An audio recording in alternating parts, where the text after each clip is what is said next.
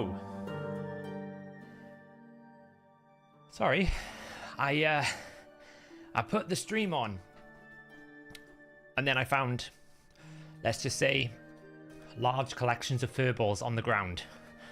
So I had to go just clean up the cat's disaster. So I apologize for being an extra bit. I'm super late today.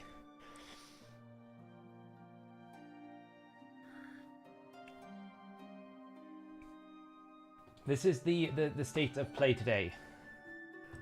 I've made tea. I've run out of milk. So there's no milk for the tea. You know, the cat threw up everywhere, which is always great. I'm away tomorrow. The team are meeting up in London, so I'm trying to like compact 5 days work into 4. You know, that's where we are today. But it's all good. We're here now. It will be a shorter stream than normal, just because I've got a lot of prep work to do before tomorrow. But not too short. Just shorter than usual. Yeah, no milk.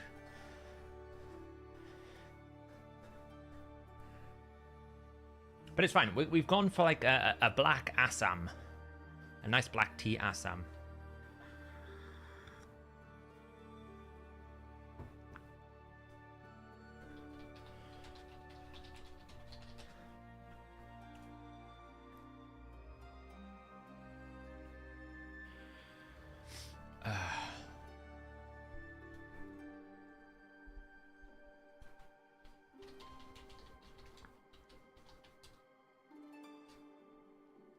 All right, cool. All right. I'm with you now. Yeah, the team's meeting up in London. Some of the Fateless crew are over in London for some meetings, so we're having a bit of a meet-up in London. So I figured as I got to travel to London, I might as well make a day of it. So I basically just decided to make it more of a day. Which means that, you know, a lot of the time that I normally would spend in the day doing stuff, I don't have, so... So the task today is to do a bit of gear cleansing that we didn't do last stream. We are also going to do a bit of Soulcross pushing. We will probably try and do one Hydra key as well. So that's what I want to try and pack in today. We're going to start with live arena, of course. We always do. That's first on the cards. So.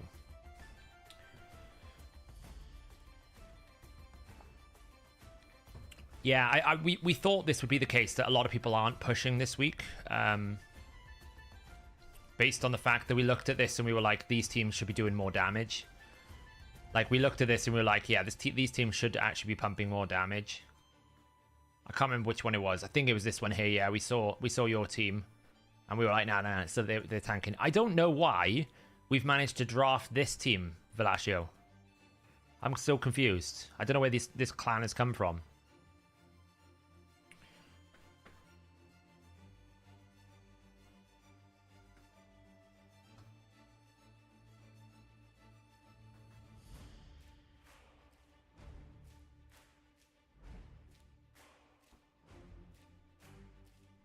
So yeah, we're pushing.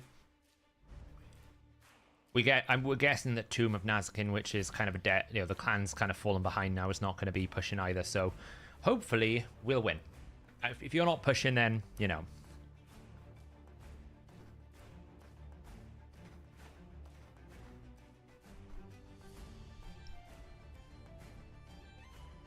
Hey Bronco, what was my thoughts on the winner of Eurovision? I quite liked it. I thought it was a good song. It was pretty cool. Amongst all of the dance tracks and amongst all like the super extremely weird stuff, it was probably like the most commercial decent song. It had a pretty good cool twist to it, so I quite liked it. I did feel Croatia should win though. So pulled 3 secrets for 1+1 and got King Garog and Kaimar. Nice. Wow, that's amazing. Kaimar's huge. You're forgetting Wixwell gets fused before the end of this clash. Yeah, probably. But I'm not going to use him. And people aren't going to upgrade him straight away, honestly. Like, this ends on Wednesday. If people fuse it, it'll probably be Wednesday. So, I'm not too worried about Wixwell. I can just tell by the clans that, if the Colosseum, for example, are keeping their points low, this is not going to score, so we're guaranteed to at least be top 3 anyway, so... And we do quite a lot, so... we don't talk about the Rings of Power. I'm having very extreme reactions to the Rings of Power trailer. Put it like that. Got Croc-Mar Neckmore. I didn't pull on the 1+1, I just held it all. I think the problem with Ireland's one was it was a little bit too on the edge. Right, it was too out there. I think, to be honest, the biggest problem with the Rings of Power is simply they can't get themselves back. Look how stupid this is, right? Look. I'm pretty sure I'm having to wait a minute because I lost 3 in a row before.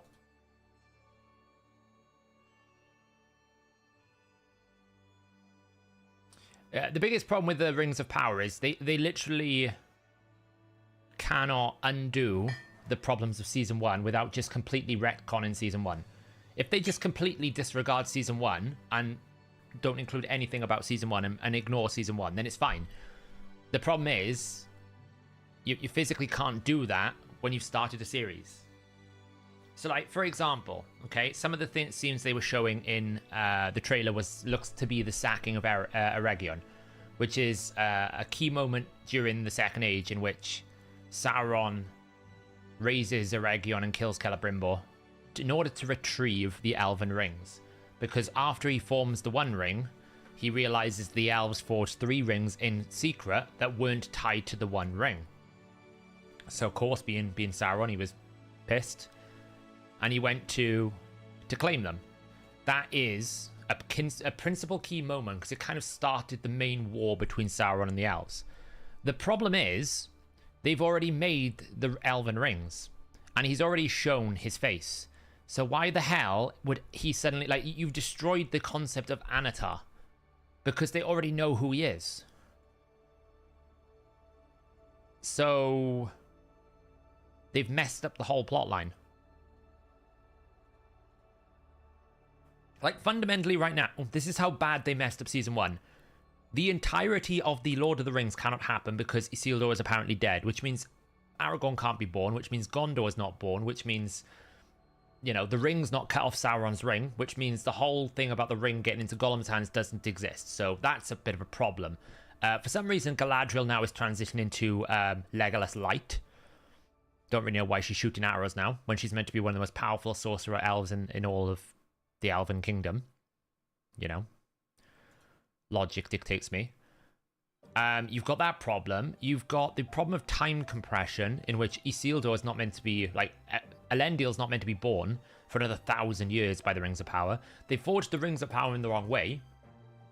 It was meant to be 9 rings to men, 7 rings to the dwarves, 3 Elven rings were forged in secret, but the 1 ring of power was formed. So it pretty much goes in that order. The Elven rings are the last ones to be forged, not the first ones. The elves figured out the deception by the time they crafted their rings.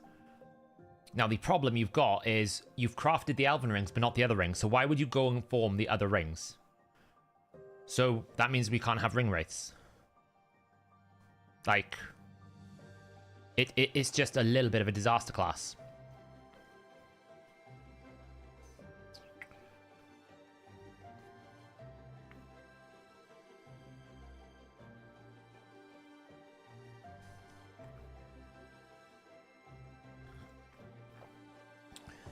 Well, I know you started me now, so you mentioned the word.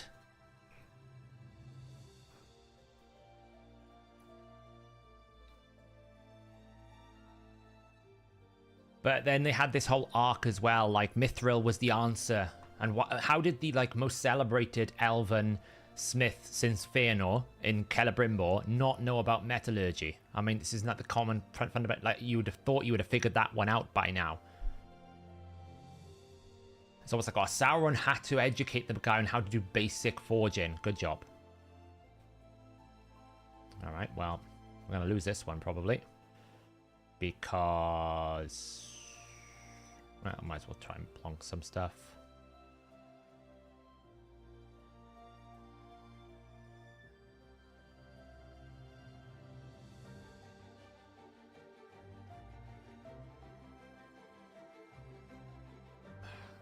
breach or anything.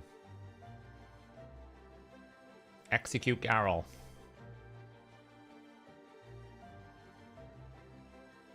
Oh, why did you go for that? Why didn't you go for Garrel? Interesting.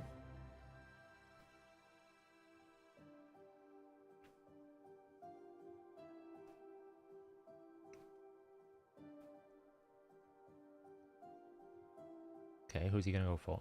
Still my buffs. Absolutely fine.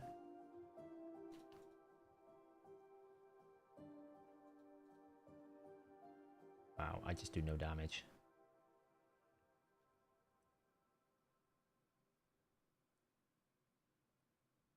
You won 3 fights against our mans. Nice.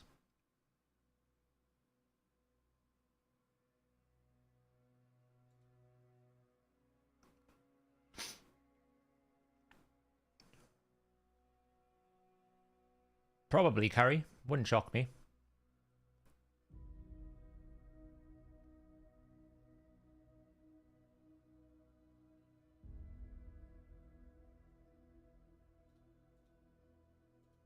That was lost the moment I went into it.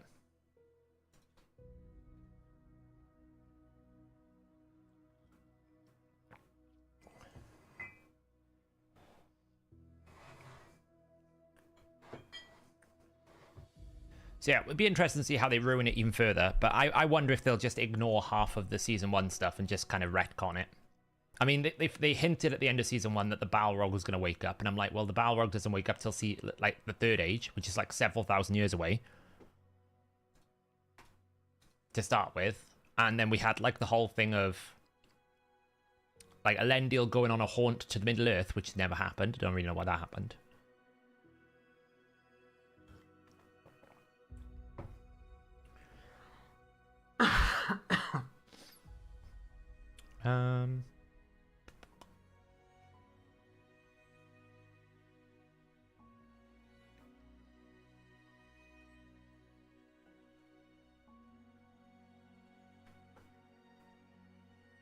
If I was a betting man, Yannicka, that or they'll adjust the way that Wixwell's shield grow is done, so it's not so dramatic. Interesting.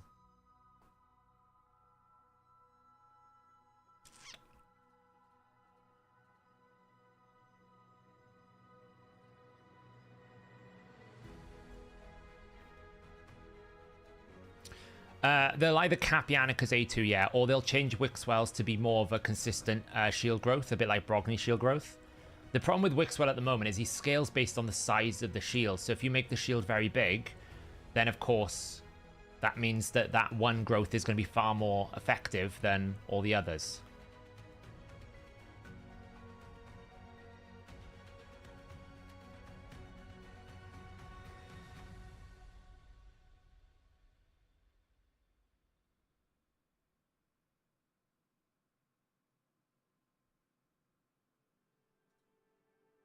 Damn, I needed that to be not weak hit.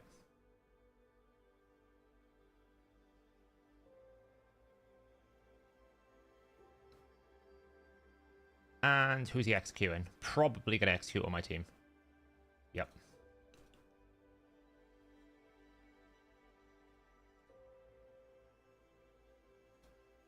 Well, I gotta say, Rotus, what a genius that he is. Oh, that feels bad. That feels dirty, what just happened then. That feels dirty. I don't even know how he got an extra turn. Did he just have more turn meter? I don't really know how he got an extra turn after he killed Arbiter.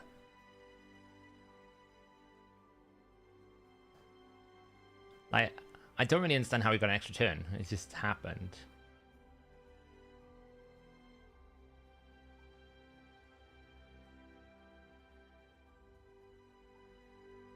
It happens every now and then.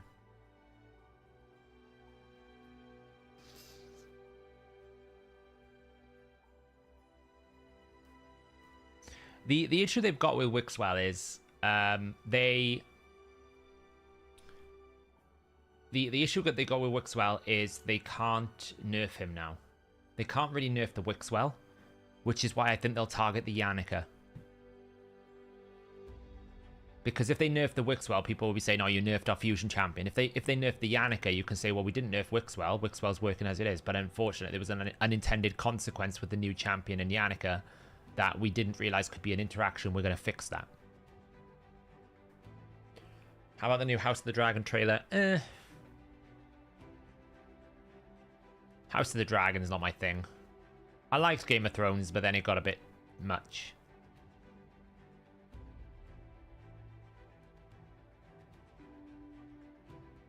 The Dune TV show, though. Now that's what we're talking about. Didn't take them long to make that, did it? Yeah, but they nerfed Emic during the test server, Acrobat. They didn't actually nerf Emic mid-fusion. They nerfed him right before he came out, so he was adjusted in the test server. What I'm saying is they won't adjust Wixwell now that he is out. It's too late.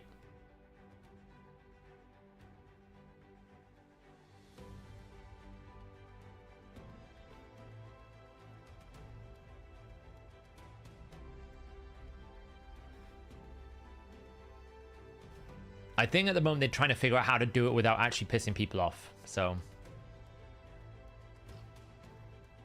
36.6 million is the top nightmare chest.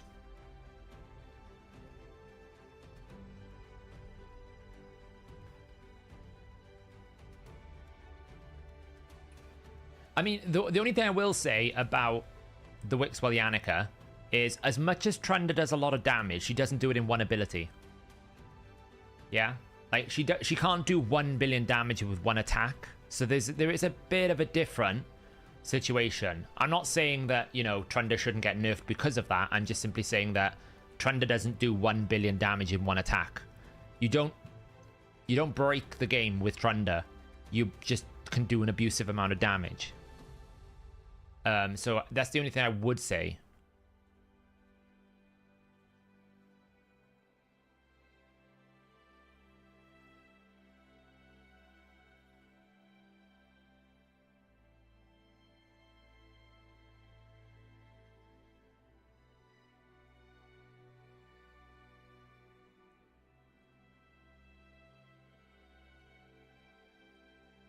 Well, she does.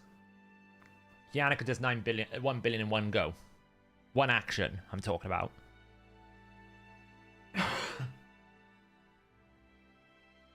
Yeah, I'm talking about one action.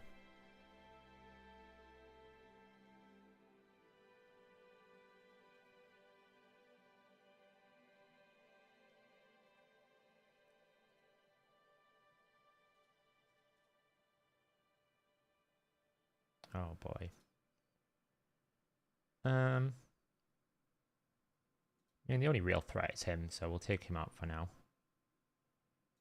We'll take away his passive.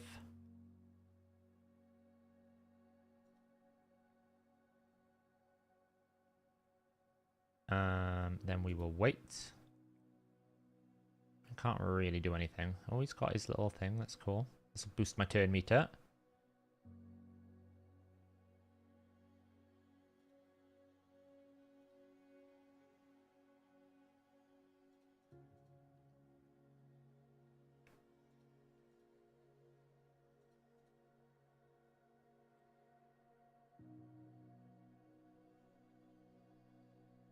Okay.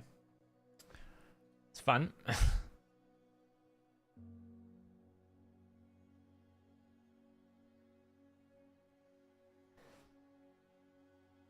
Yeah, it's a clever team, Bronco. I'm not saying it's a bug team. What I'm saying is it's kind of like the same thing as like Nogdar when Nogdar came out with Sand Devil. Right? It wasn't a bug. It just happened to be that he could interact with the boss in a different way. So they had to fix it. A lot of rebalances sometimes aren't bugs. It's is it doing the intent? So is the design philosophy of that champion working as intended? And I would argue it's not intended for Yannicka to do 1 billion damage in one attack.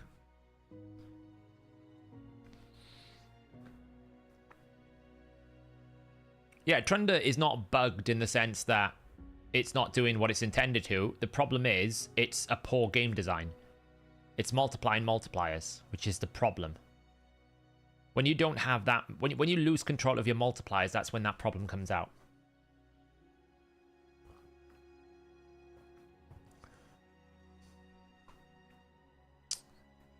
Which bug, Bronco? What wasn't meant to work on bosses? Well, the A3? Well, it could argue it's a bug, yeah. Maybe. I can't remember if the description used to say that it didn't work on all bosses or not. Maybe it did. So. Yeah, Yannika's a poor example of case design. I'm not saying it's bugged. That's what I'm saying. Yannika's not bugged. Like, the Togron one was different. Because the way that Togron was buff spreading and interacting with the shield, that was a bug. Togron was never meant to work with shield sets like that. So that's a different situation. Right? That is a different situation. The reason why they bug fixed Togron is because Togron was doing something that wasn't intended at all. But I knew that was coming. It's fine. Oh, wow, you let me have a man's. Interesting. But it's whether or not the champion's design philosophy is aligned with what it's meant to. And Yannika's clearly not meant to be like... No champion should be like that. They're both poor game design.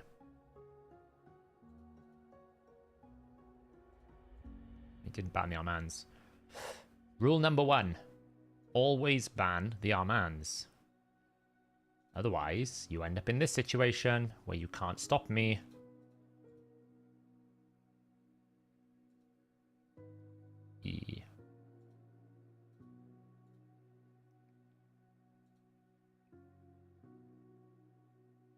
Eek. He tried.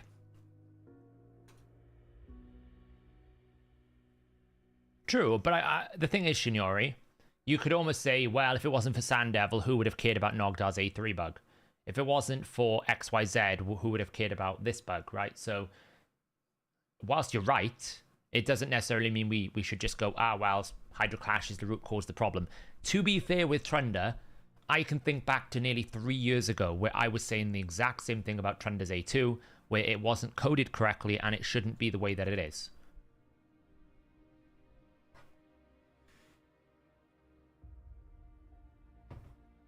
Yeah, Yannika's not a bug. It's not a bug. It's just poor game design. Because, to be honest, the way that Wixwell's shield growth is also bad game design.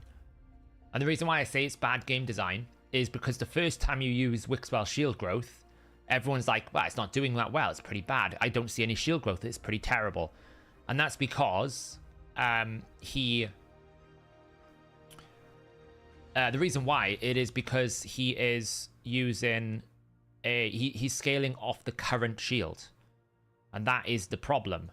Because he's scaling off the current shield, it means the larger the shield you can grow, the more effective it becomes. So the first time you use that shield growth, it's going to be terrible because the shield might only be 20,000, but then when you use it the 20th time, that increase on the 20th is probably the total of the last 15 combined because of the way that it's an exponential growth. It's not very good game design, effectively. I feel like I need to take the Arbiter away. Oh, he let me have Armands again. Interesting. So what they should have done is actually scaled his shield growth based on his own defense value, because that's a fixed constant generally within the battle. So it makes it feel better because effectively I'm... Just get this right. Nice. Put him to sleep. Boom. One, it makes it feel better because you're effectively getting... Let's take out her passive. Take out him.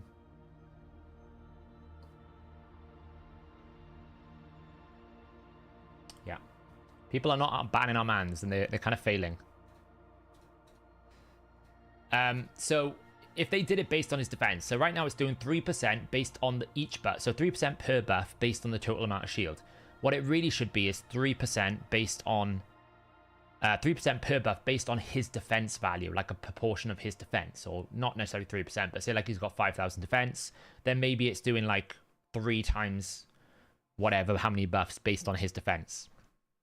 Because what you get then is it feels good when you first use it for the first time, because you can see that shield grow, like we use Brogni's A2, but it will be consistent throughout the battle. You can still achieve the same outcomes in terms of like the infinity comps. You just don't get this extreme concept where if I grow that shield to like 1 million, Well, 15% of 1,000,000 is a big difference to 15% of 10,000.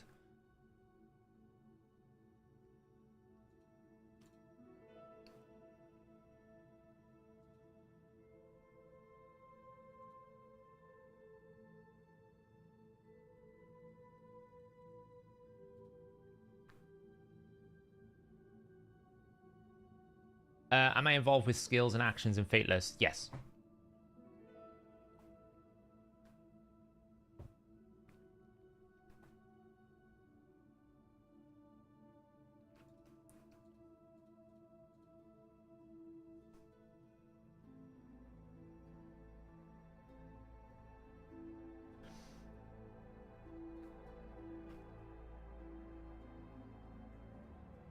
Boom. So yeah, it's just bad game design. And Trund does the same thing. Because we now have 2 times 200% multipliers, well, that's just an exponential growth. That is a very fast airstrid. That is incredibly fast airstrid. Alright, well, we've lost this one.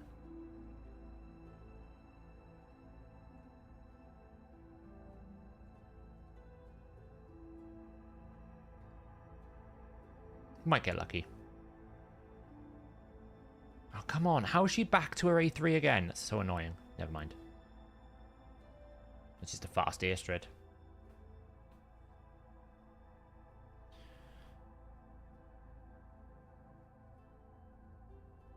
I don't know. Acrobat. I call it Heroes because I've been playing a lot of Dragon here and I've been playing a lot of AFK Journey. That's why you hear me say Heroes a lot at the moment because I'm playing lots of different things. Speaking of which, I need to check where I'm at.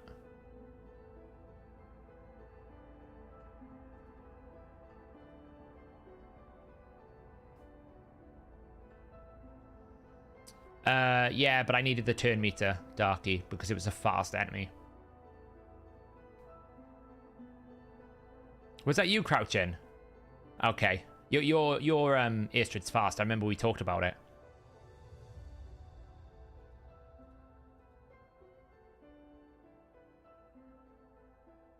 I wasn't paying attention who the names are. I never do. I just run through my defaults. Oh, he took my Narcissus. Well, I'll take his Ancora and I'll pick my Rhonda. 389 Supersonic. How did you win? Did you have a banner? Crouching. Did you have the blessing?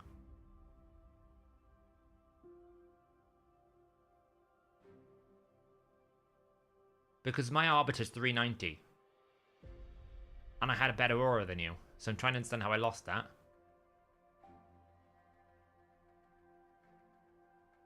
I'll check after this fight now, see what we got.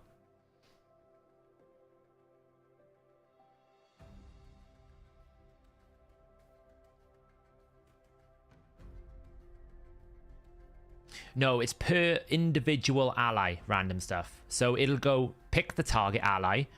How many buffs am I extending? If I extend 5, then it's 15%. And I extend that champion's specific shield by 15%. Then I move on to the next one. I calculate it. So it's all done individually. It's not done...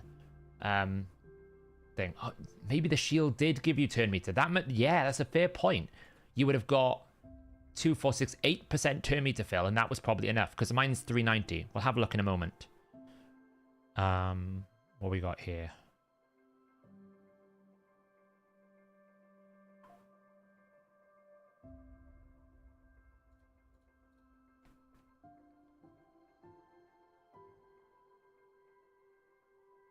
What's your, do you want to write it out?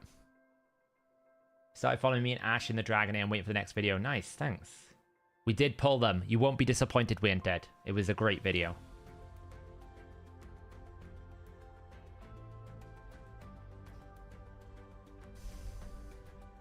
I'll risk it.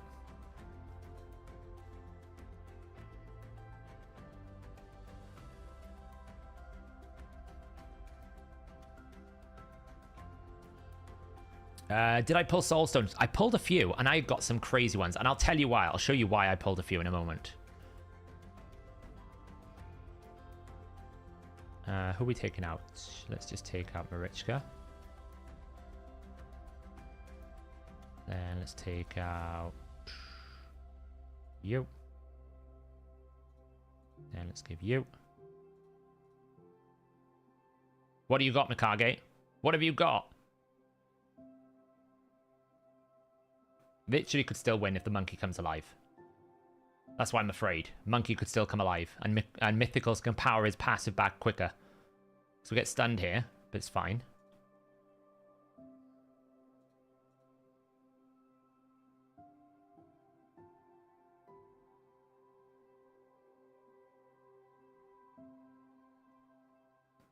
That's really not ideal.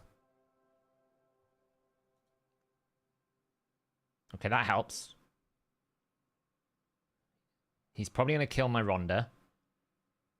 If he's a smart person, he kills Rhonda, because Rhonda's the only one that can stop this. Okay, he did nothing. Now I've won.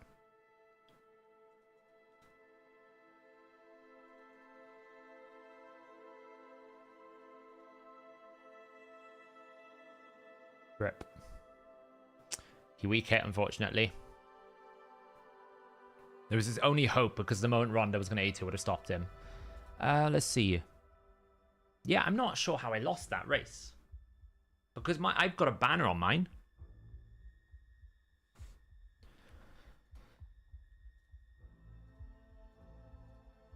Because I already have a banner, right? So I would have weakened your aura by 5. And I also had a 30% aura, right? And you used Earstrid, who has a 28% aura. So I had a 2% aura on you, and you also had 5% less aura.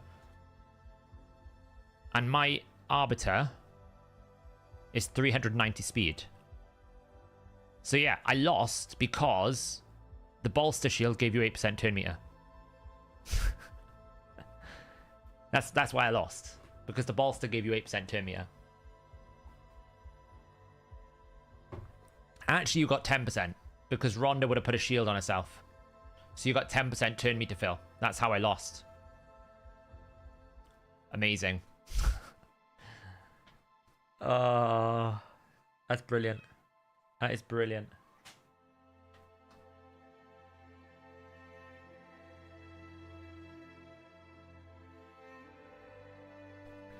I actually reduced the speed on my Arbiter. Yeah, generally, because once I've gone once, she normally it's over, right?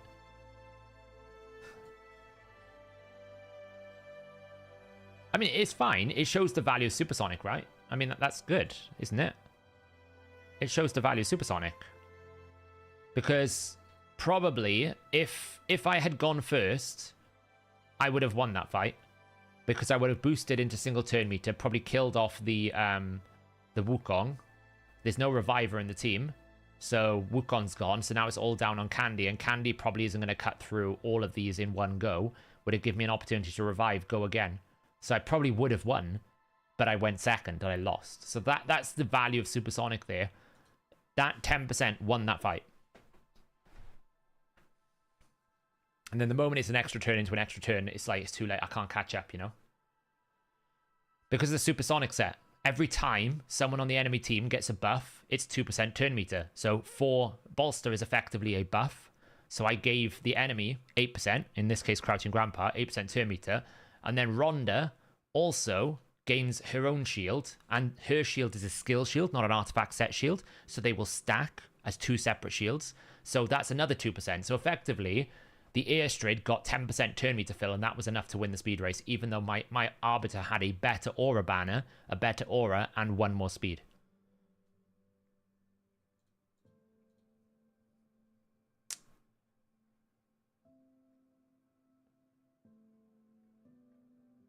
What's the team win, Ted? Write it out.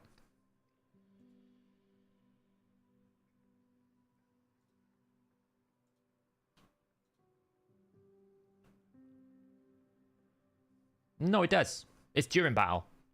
You're thinking of temporal chains. Only temporal chains affects things like that. Doesn't with other things, you know. Supersonic will happen from the moment the battle starts. It's only temporal chains that they change to not apply to buffs that start at the start of battle for some reason. What do we got here? So we got Sify into this. So definitely feel like Rhonda's a good pick. And I think we'll pick up Shuzhen as well.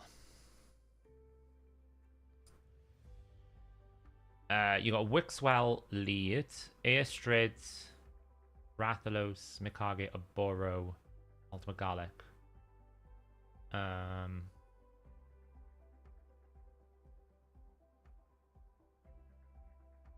Yeah, looks solid. Looks solid. The only one I don't like is Ultimate Garlic, but I guess you're putting it there for the burn for Rathalos, so otherwise it looks solid, yeah. You got Provokes, you got Weaken, you got Decreased Defense. The only thing you don't have is Decreased Attack, which might hurt you, so be careful. Oh no, you got Wixwell, of course you do, so you're fine. You're absolutely okay. Honestly, I don't want Mikage.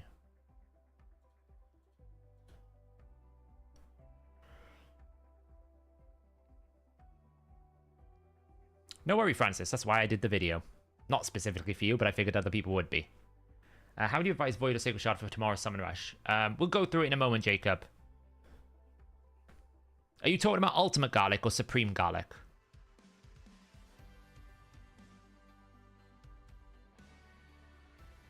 Let's see what we can do as a single target. Not bad.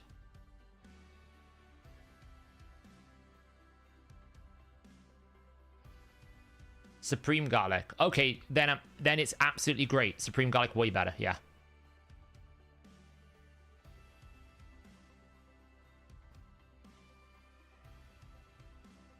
I've misplayed this quite badly, but we'll see if we still win.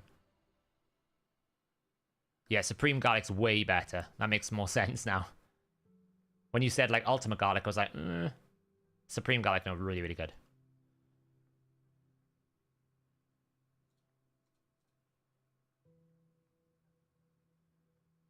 Ow.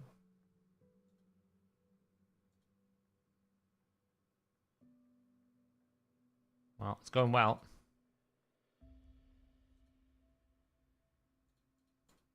We've won. I misplayed it, but we won, so it's fine. Eek. He's still going to go for it. Fair enough.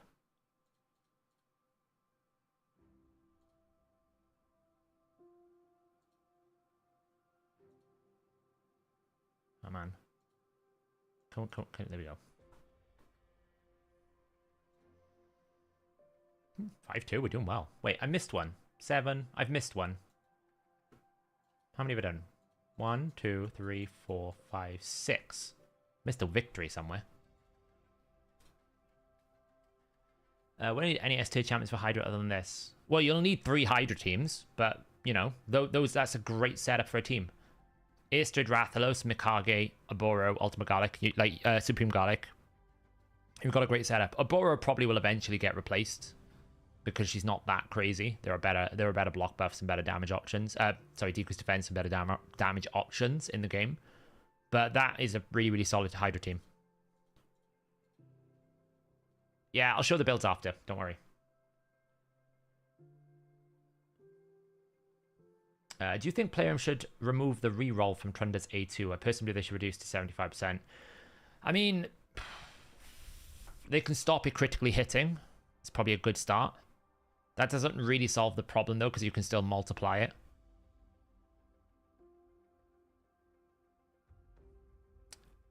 In essence, it's not a one thing fixes all, because like many people have said, you can nerf Trunda's A2 and then people will just move to the next OP thing that works with Yumiko. So you're going to nerf Yumiko.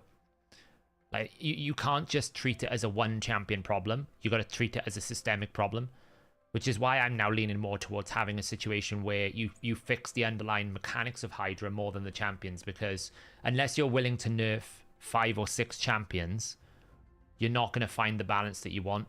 Plus 4 6-star awakened, that's really going to hurt. So we're going to go for... He's going to go speed, right? He wants to go speed. So what we can do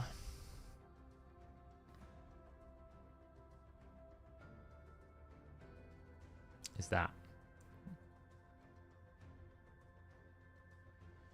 And then I'll ban his Foley. It'd be interesting to see what he picks last. It might be Rotus. Mesamol. The Foley scares me more than Mesamol. Right now. The Foley scares me more than Mesamol. Because it's a +4 6-star awaken, so it's just got so much raw damage. The Mesmol scares me as well, but...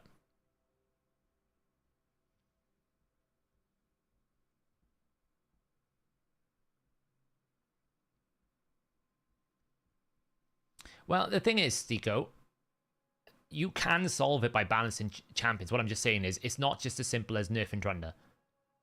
Right, that was what I was afraid of. But it's fine, because I can still win so long as I get a turn. If I get a turn, I can still win. Boost. I just need to get a turn. I'm not going to get a turn, and that's the problem. It's too much turn meter. And he's going to kill my... Nah, I think he can... Oh man, how many extra turns can they get? Right. Can I take a turn, please? Let me take a turn with my Narcissus. Holy mother of all that's real in the world. Let me take a turn with my Narcissus. They've had like 7 turns. Let me take a turn.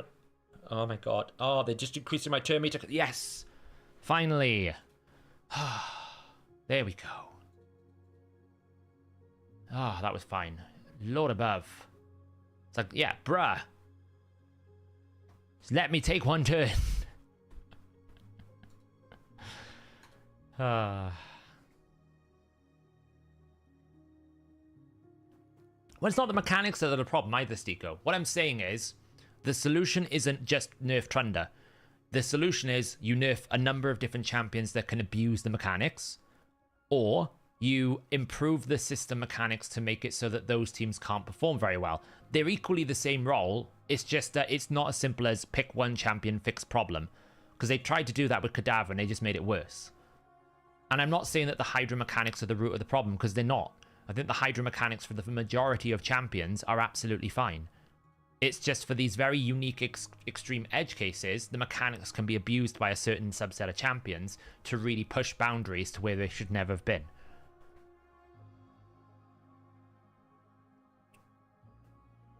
Well, they want to go full speed team, so we will oblige with some creative strategies.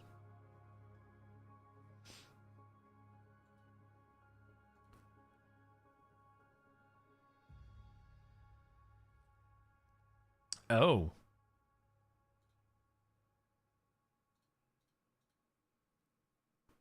I'll probably lose, but it's fine. It's the last fight of the day.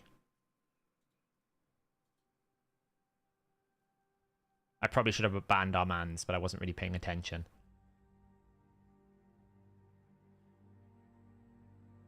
Amius is absolutely fine.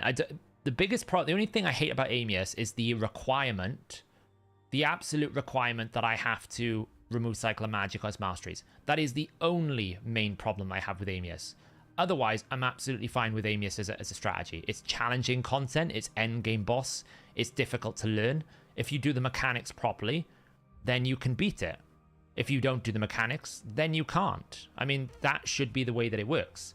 The issue is, they have some really stupid mechanics in there, like, oh, if you Cycle of Magic, you lose control of the fight. Kaboom.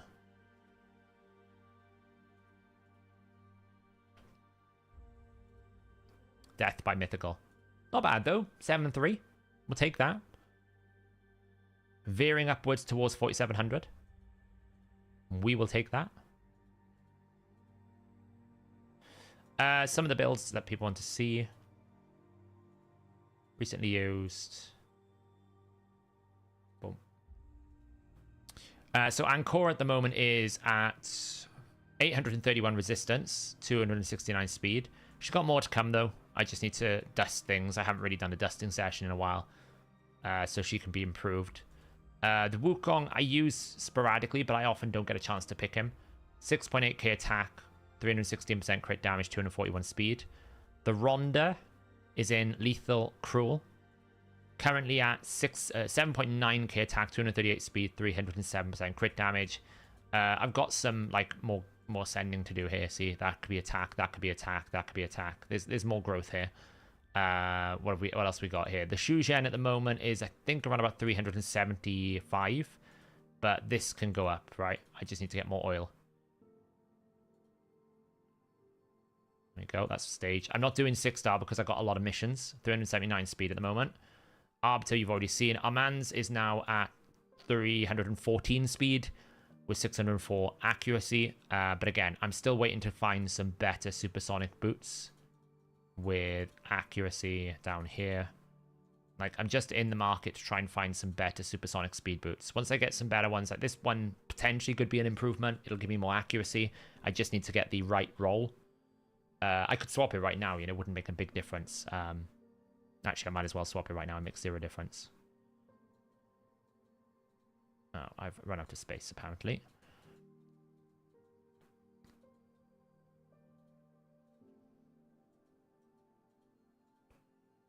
Someone want to wear some equipment for me. I've been using him all the time. He hasn't even got gear on.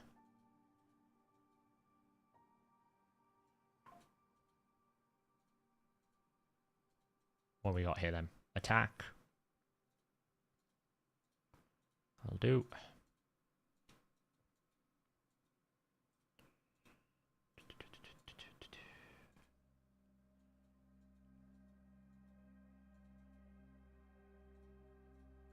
So yeah, I'm trying to get this to roll speed. As you can see, we've had a bit of bad luck. We can try again. Speed. Not quite. We'll get there eventually.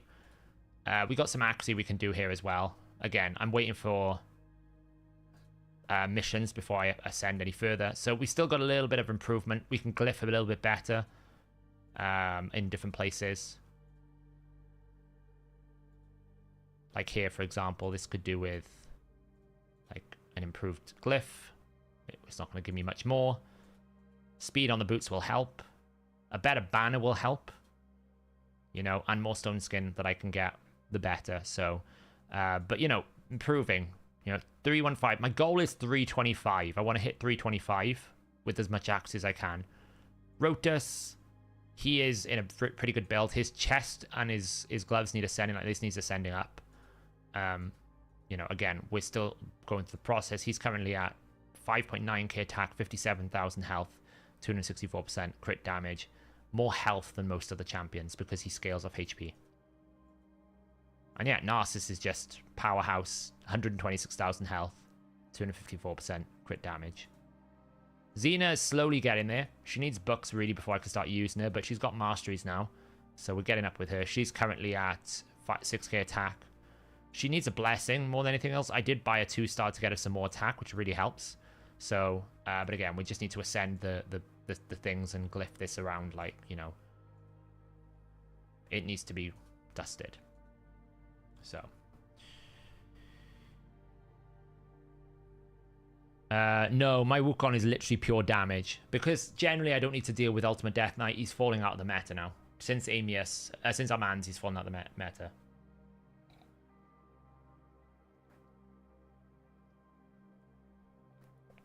Amius is consistent with his skill order. You can force Amius' skill order quite consistently. Yeah? On the base form, he will always use Lunar Storm unless he can flip buffs. If he can flip a buff, he will use Rampant Chaos. And I think there's one other check as well, like if you don't have block debuffs, then he tends to prioritize Rampant Chaos. Otherwise, he will go A2, A3, A1, switch, and then he'll only ever use Maniacal Bedlam if he can actually switch enough debuffs. So if he can switch enough of your buffs, like I think it's like 3, he will always go Maniacal Bedlam and Blood Moon Vortex. If he can't, then he'll only ever A1 because he wants to activate the Maniacal Bedlam. It makes sense. It's not a problem. Where it goes a bit funky is when you reduce skill cooldowns and then he starts doing skills in different orders, and when you revive him, it might break it. You know, when he revives on his passive, it breaks a little bit. But I did this run consistently, and every single time he used his abilities where it should. It's fine. It works exactly how it's meant to.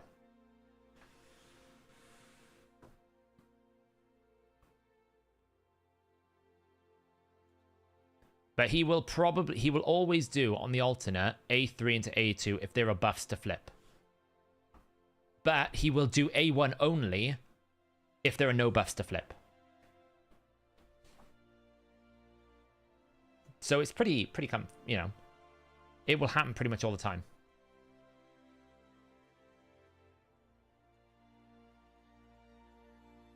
I think he needs more than one on the Rampant Chaos. Like, I think it has to be, like, if you put decreased attack on him, he will do it. Like, I think it kind of, like, prioritizes certain buffs over other things. Like, if you don't have the high priority ones, he won't do it. But pretty much, like I'll show you. This is the team I run. This will work literally every single time the same way. So he'll start with A2 here. Because there are no buffs. So he starts with A2. And then he will do A1 because that's all he's got available to him. So he'll do A1 here. Boom. And then he will do A3, sorry. Then he'll do an A1. And then he'll do then he'll switch form. Right, so he'll do A1. And now he'll switch form next turn. So we do decrease attack, for example. Put a burn back out.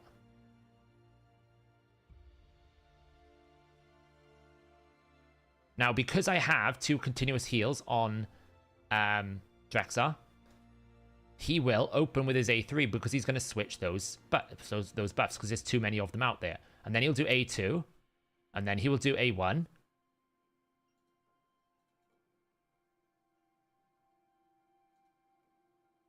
I should have cleansed then, I was stupid. There we go. And then he will A3 because he killed someone. Always happens out of cooldown. Then he switches form, then he A2s. It's consistent. It happens every time. If you control it. If you just give him buffs and debuffs all over the place, then you will lose control. But it's consistent. You can almost... like I did 400 turns of the same rotation over and over again. The only thing that breaks it is when Cycle of Magic procs, it goes a bit funky. And the other thing that breaks it is when he kills you too many times and then he switches form and you lose control because you lose track of the control. But so since they buffed it and fixed the A1 on the base form now, he does it consistently every single time.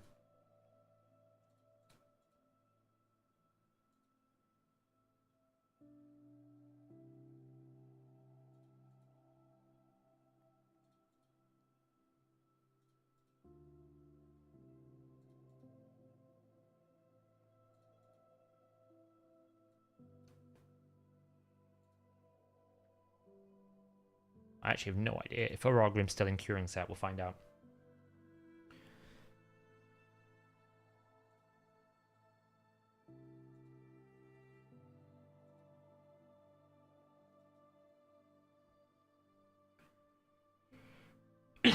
Yeah, since they fixed him this rotation now, it's much more consistent. He does things regularly.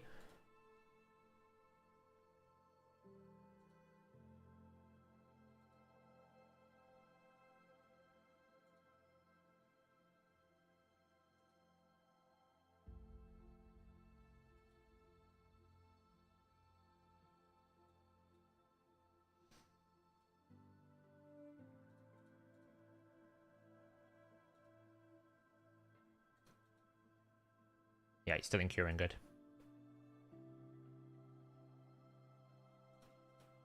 Revive, heal. How fun is this going to be?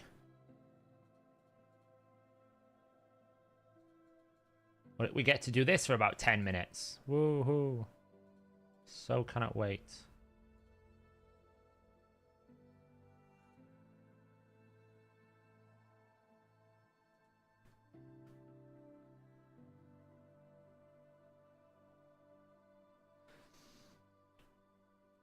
Fire Knight is the dungeon. Fire Knight because of silver more than anything else. But, I mean, Ice Golem for Hydra, Fire Knight for sort of arena, and Dragon more for, like, just speed stuff. But Dragon is really low value now. I barely use Dragon farming. Even when there's, like, a ×3 speed on, I just don't find it much value. Does Neldor need high accuracy? Neldor needs as much accuracy as he needs to land his effects. So whether that is high or not, that's... Let's cleanse her away.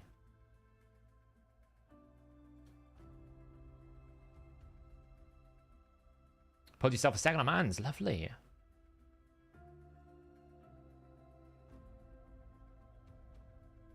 Yeah, if he randomizes, it's normally as a result of the cycle of magic doing stuff because it messes with his cooldowns, Francis. Because you got to remember the cycle of magic reduces his passive cooldown, so he starts activating, starts getting to alternate form quicker. So if you're finding that, that's probably what's happening.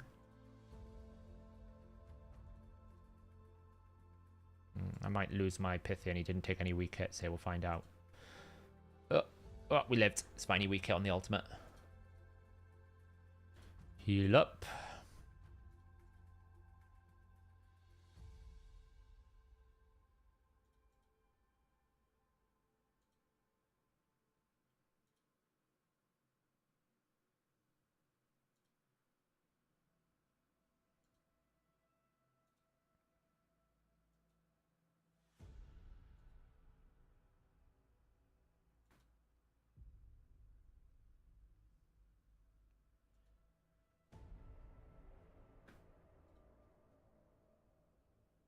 Yeah, if you kill someone as well, you just lose track of it.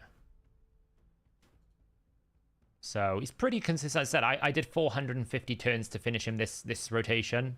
And I didn't feel like... Once I got rid of the Cycle of Magic proc and I started doing skills in the right order, it didn't feel like I was out of control, if that makes sense. It felt like everything was working as I wanted it to. But this is the problem when you have, like, cheese mechanics a little bit. In the sense that now that they've removed the cheese, which they would always have done, people have to now actually go and understand what the boss is doing. And unfortunately, in today's gameplay meta, people just want to be told how to win. They don't actually want to have the joy of trying to figure out how to beat it. They just simply want to be told, this is the way to do it, go do it. Which, you know, I mean, I'm not going to complain because that's why we make content, right? People come to watch our channels and come to the website to read guides because they want the answer to the problem. I get it. But game design should not be controlled around people's desire to just finish it very quickly. Like, if they made a new boss, you should spend time to learn how to beat the new boss. And you can spend time to do it. It might take a bit longer than other bosses because it's a more complicated boss. But that doesn't mean the boss design is terrible. The only terrible thing I don't like about it is the Cycle of Magic proc, because I feel like that's just an expensive thing to have to not have for one area of the game. I absolutely don't have a problem with the artifact or the skill usage, but the mastery seems a bit harsh. And I felt exactly the same way when they put Evil Eye in Doom Tower with all the bosses that would do really annoying things in terms of like stunning you if you drop the turn meter, or doing damage equal to if you did turn meter, and all this kind of stuff. That really bothered me. Oh, that was a close one because I didn't heal with Irogrim at the right time.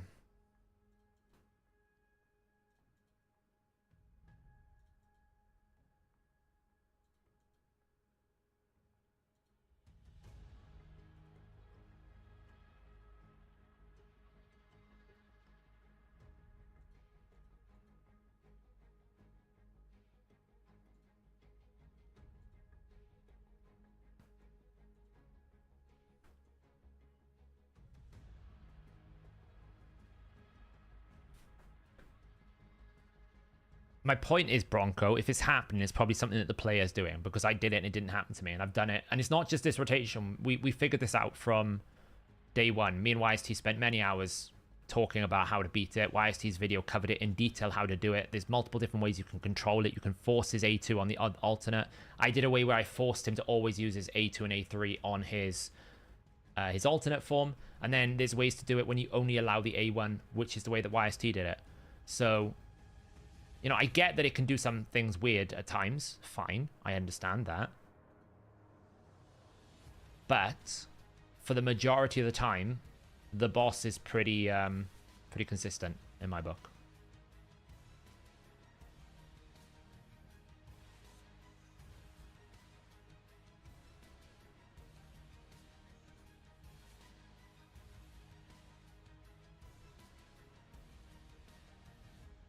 Boom.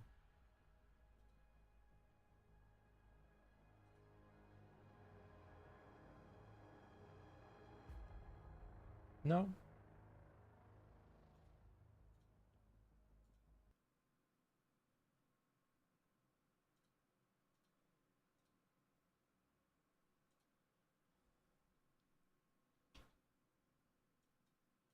I am playing Dragon in the background at the same time because it's end of the month, so bear with me as I mess around with this. Oop.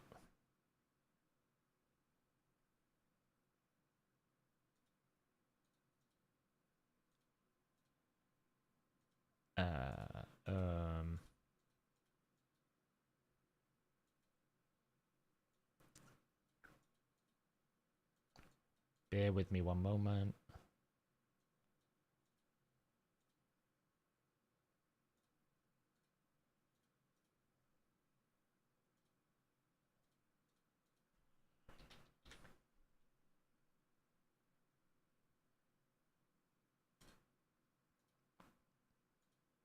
Okay.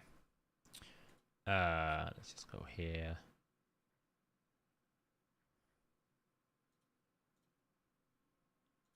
All right.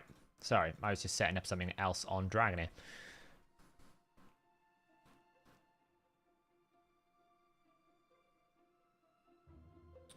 No, I agree, Bronco. I don't think Cycle of Magic should even be a factor in the boss. It's actually one of the things I hope they amend when they look at bosses in general, is mastery-based effects shouldn't really be impacted in bosses.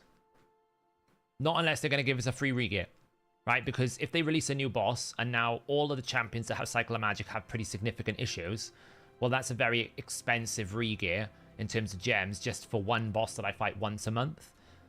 So in my book, those sorts of things shouldn't happen. It's absolutely fine for me to have to like switch gear, right? If I have to break my reflex set or my merciless set, that's fine. That's 100,000 silver, whatever it is. That's not the end of the world. But to pay 150 gems just to remove one mastery that I might use in every other content area for one boss that I fight once a month, that's the problem I have with Cycle of Magic more than anything else. I will do, yeah, Curry. I will do. Let me get through this boss first. I saved all this for you guys on stream, so you can watch me endure the boredom that is this stupid Sand Devil fight.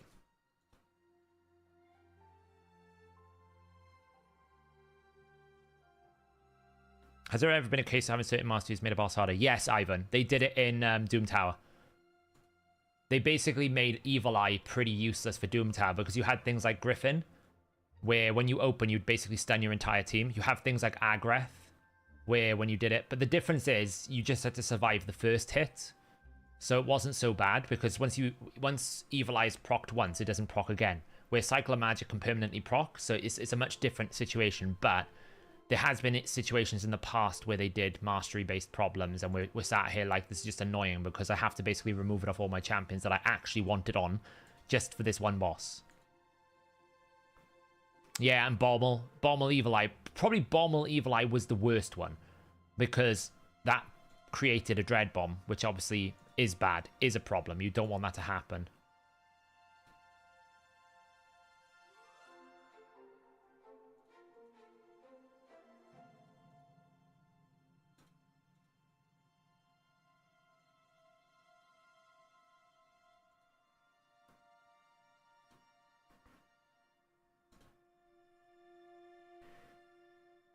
I don't know if it's endearing or something that you save most of the boring tasks for us to do. Endearing. Castle. Endearing. I feel like shared pain is better than solo pain, right? They always say, well, if you read these self-help books and everything else like that, you know, if you're going through grief, if you're going through stress and trauma, it's best to talk about it, right? It's best to share. You shouldn't bottle all these feelings up. So that's what we're doing. I didn't bottle up all the Soulcross pain. I did it so we can share and endure the pain together. Because, you know, a problem shared is so much better than a problem carried on your own.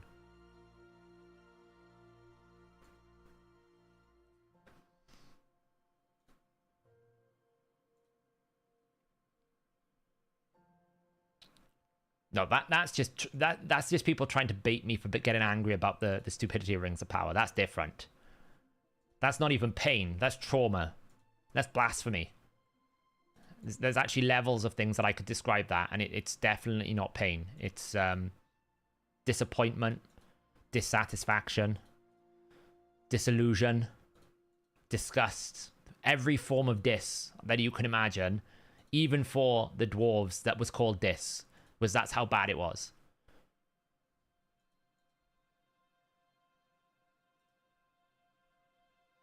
That's why we do artifact. You got it, G-Man. You are on board with the program. There we go. 13 minutes of pain. Whoa.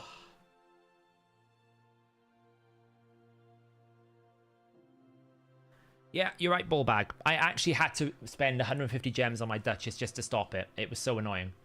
And it's got to the point now where when I'm building a new champion, I don't use Cycle of Magic in case I might need to use it in Amius. It's ridiculous, you know? Well, we'll take the accessories, though, Optimum.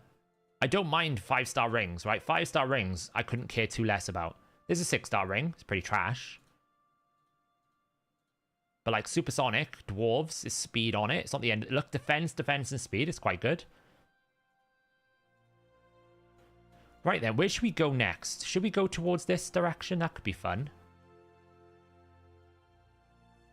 We could probably pick up this boss over here. Let's go over here. What's this?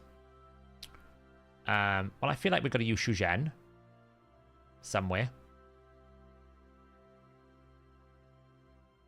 I feel like we just bring Shuzhen. Does Gambo even have gear? Sort of. Sort of. She has gear. It's fine. We'll do this.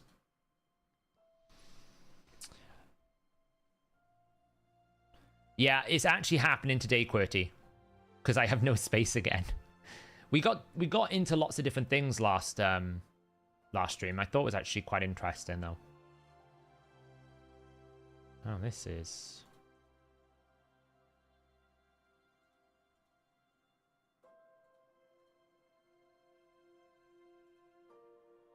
So I'm not actually too, like...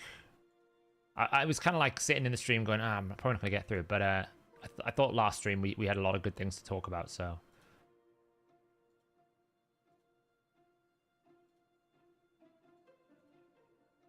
Nice. Okay, what do we got here? So we're going to kill out the Neithwees. That's fine. Let's just take you out of the picture.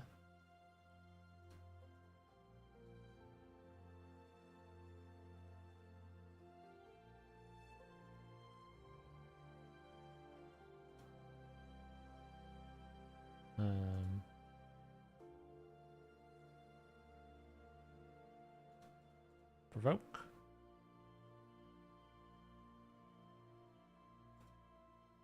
Damn. Oh, actually, that was great. Thanks, Kaimar. You froze. Kaimar got frozen.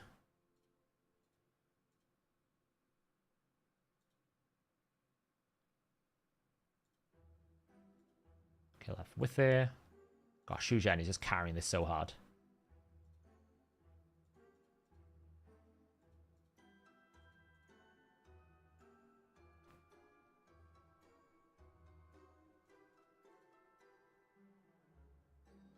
Yeah, we did do a lot of the Harrier stuff, right? I still need to figure out the best team to put Harrier in.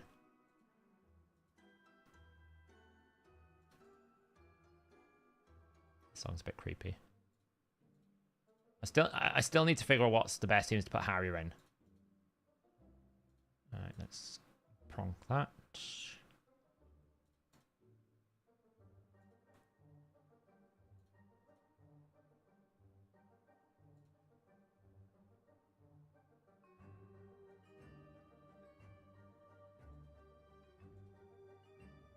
And that's cool. Boom. Easy enough. Slowly does it. Collect some chain of those. We're about to get a feast. How exciting is that? So, I did pull a few souls. Not many. I pulled my Immortal Soulstone because normally, like, whenever these things are on, you're kind of like you get the first bottom rewards. But I got a bit lucky.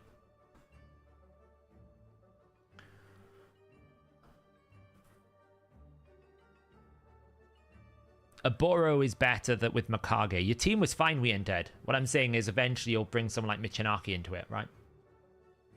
So I got a bit lucky, okay? First off, I think I pulled like maybe 20 Mortal Soulstones and 1 Immortal. Yeah, I pulled 20 and 1 immortal. Some of them I could instantly upgrade. Some of them I couldn't. We did get a 5-star Siegfried.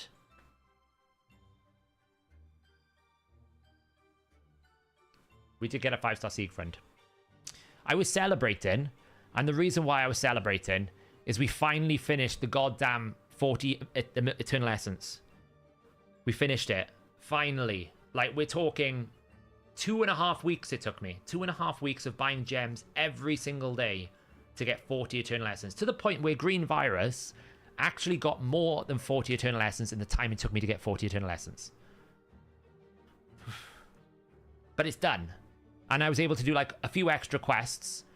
And then we got stuck back at Iron Twins again, because now I've got to earn another 6,000 Immortal Soul Essence, which is probably going to take me till Sunday. So we're back to basically being blocked by Iron Twins. But hey, you know, we did it. We did it. We did it. So I was like, you know, screw this. I'm going to pull some souls. I pulled some souls. Got a 5-star Siegfried. I don't own Siegfried. But I did. I got one of those. But what was more interesting was I got a 4-star Newt. Which I don't really know how I feel about it. I feel like it's progress. I got a 4-star Newt. Basically gave me double the amount of threshold. And 38% crit damage. It's actually quite good because, to be honest, there's not much value in going on a higher threshold. Right? There is really not much value. The only value is 2% more because most bosses have a 10% max HP cap anyway. So we're pretty much only 2% away from the cap. So it's not that much of a difference. So I'm not too worried. The speed would be nice. So he's now like rocking a cool 307 base speed with 269%. If we put him in Hydra, we could go up to like 323, 281. More importantly, if we put him in Fire Knight, 323, 275 at the moment. Pretty good, right? I'll take it.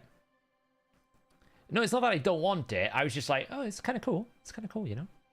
And that was from that. So, yeah, I kind of got... The thing is, because the mythical souls are so worthwhile, that got me all up to here. Not bad. Someone's at 5,000 points. Should we pull 10 pull? I'll pull 10. I've got like 62,000 coins, so it's not like I'm light in anything. Let's have a little cheeky 10 pull. I'm gonna make some space first, of course. You're useless. You're useless. Cheeky 10 pull. Ready? Here we go. Here we go. Here we go. What are we gonna get? Oh, I've already got a 1-star Ragash. Starts with a gold, though. It's nice, eh?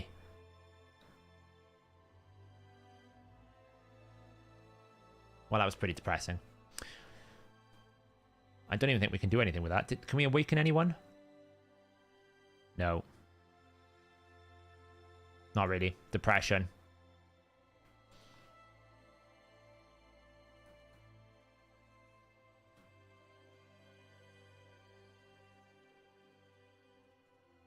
What else we got here? I already have a 2-star one. Don't need that. I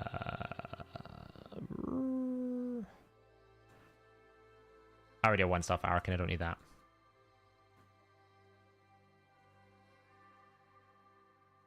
Any of the duplicates here?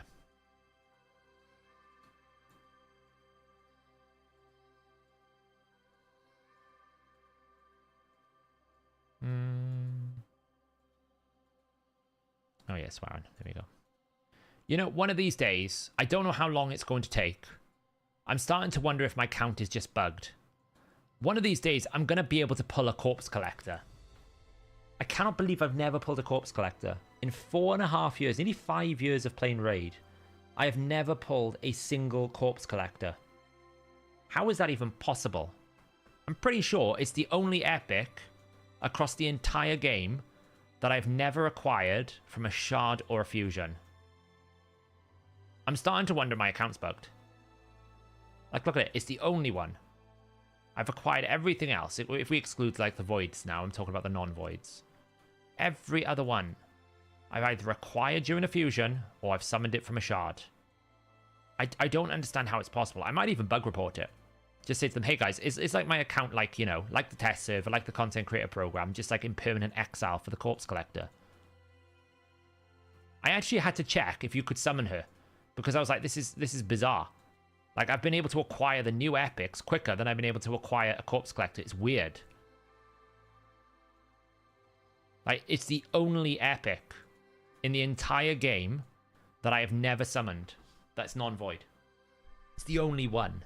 And it's like an OG one as well. Yeah, it's a super OG one. Like, it's probably from day one.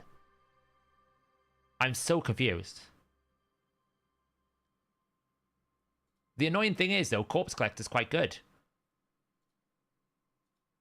It's not bad.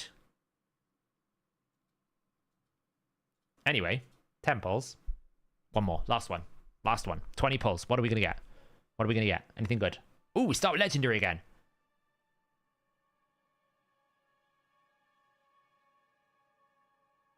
Oh, okay. Okay. Okay. Okay. I guess we take it. I mean, it's not... Annoyingly, it's not like it's huge, because I don't use Mithrala in lots of places. But I'll take it. It's better than, I don't know, like, I don't know. Smash Lord. We'll take it, right? Double wish list. Where is she? So we're going to go from a 1-star up to a 5-star. That's pretty big. That's pretty big. What is that going to give me in terms of stats? So I'm going to get from this upgrade 750 attack, 600 defense, 38% crit damage, 75 resistance, 75 accuracy, which is basically 150 of both. Because accuracy goes to resistance, so 150 resistance. And we're also going to get the best speed reduction. It's a little bit disgusting. I'm not going to lie. It is a bit disgusting.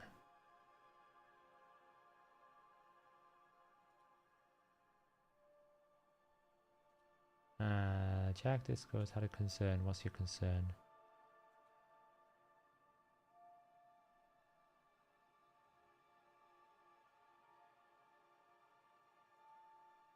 What's going on?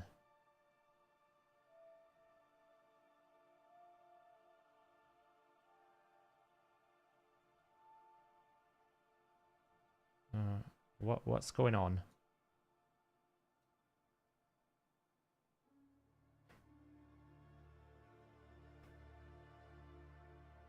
I have no idea. I'll have to have a look after. I can't look now.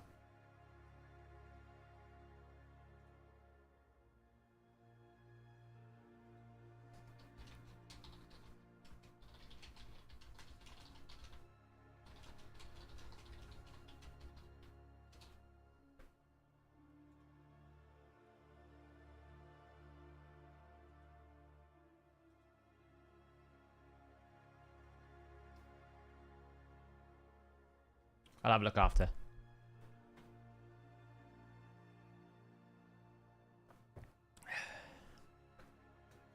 Why is she using the chains? Well, at 1-star QWERTY, I was like, what's really that good? And keep in mind, I hadn't changed her since the blessing changes for the stats QWERTY. So if you think before, when it used to be polymorph, it was like 5% chance or whatever, and I just didn't bother. So I put this because I was like, this seemed to be pretty good. So I haven't really reviewed or considered something else. I will say, though, is chains really good for her? I mean, I know there's polymorph. Don't get me wrong, polymorph is quite good. And obviously she has loads of accuracy, so it would work. So polymorph or chains, I think, is quite good. Obviously the 6 stars the real payout. I think either are really good now, you know. I just don't know which one, really. Both are... You don't think that's really good? Oh, you'd be surprised, though. Speed is such a valuable asset. Like, if you think, when you're fighting a Siphi, if you've got a 400 speed Siphi and she's got 3 buffs, you're essentially reducing her down to 340 speed. Yeah? So you're cutting 60 speed off her with this one bonus, so long as those buffs are up. It doesn't require any accuracy to do it, doesn't require any effects. It's just there. So in essence, it's like, I know what you're saying about the 6-star payout. Like, this 6-star payout is really good. Absolutely, it's great. But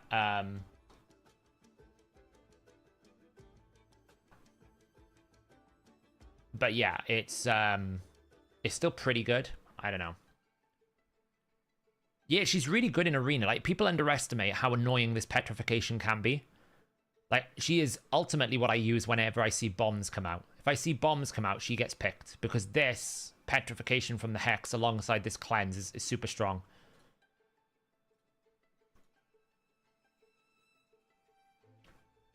Yeah, that's a fair point. If she resists everything, polymorph isn't that useful, is it? So, yeah. I don't know, I kind of like the... You could also go Life Harvest. It's very strong as well. Gives him more agency. You could go Aura as well, but I feel like until you get to 6-star, the Aura isn't super good. 5 or 6 stars fine, but I still don't like this. Like, the 20% is okay. I feel like Temporal Chains is going to be more valuable at, like, trying to target a speed Aura.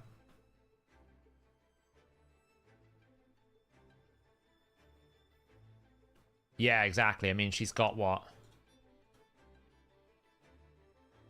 Like... She's now got 1,127 resistance.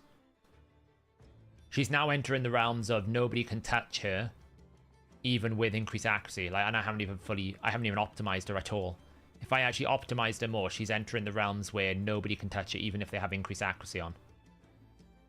Why is she so slow? I just haven't built her. I just don't build her for... I don't use her that often. I use her in places, but I don't use her in many places.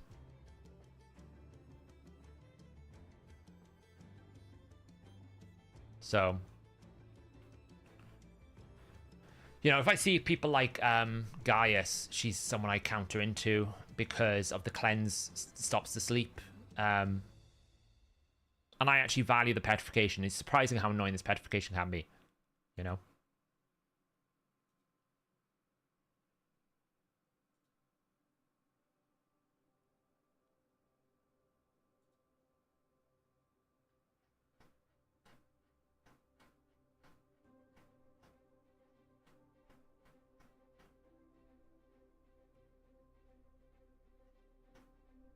So...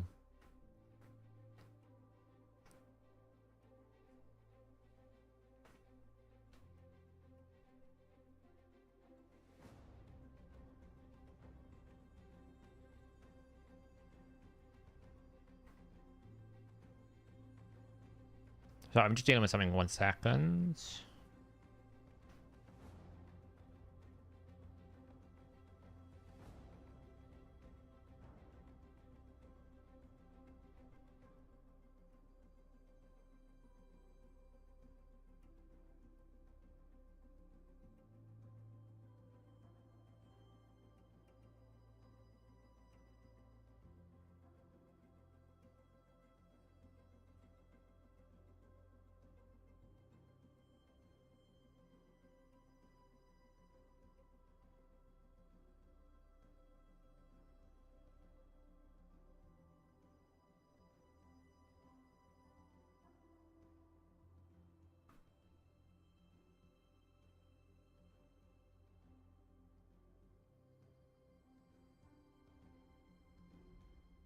Wow, okay, I don't know what's going on.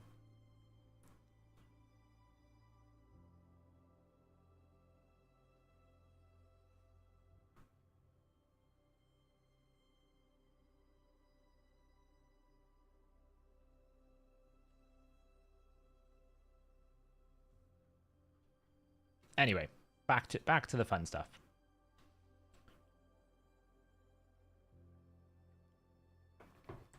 How do you progress through there? Okay, so let's see.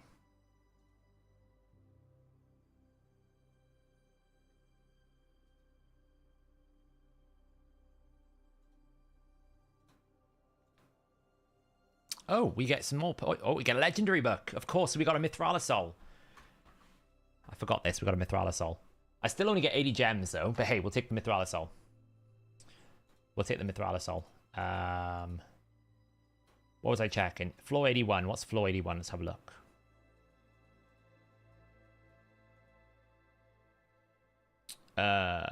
So this is what I normally do to climb.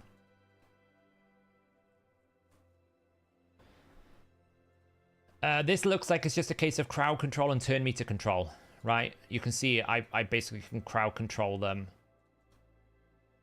And then I'll probably just kill them.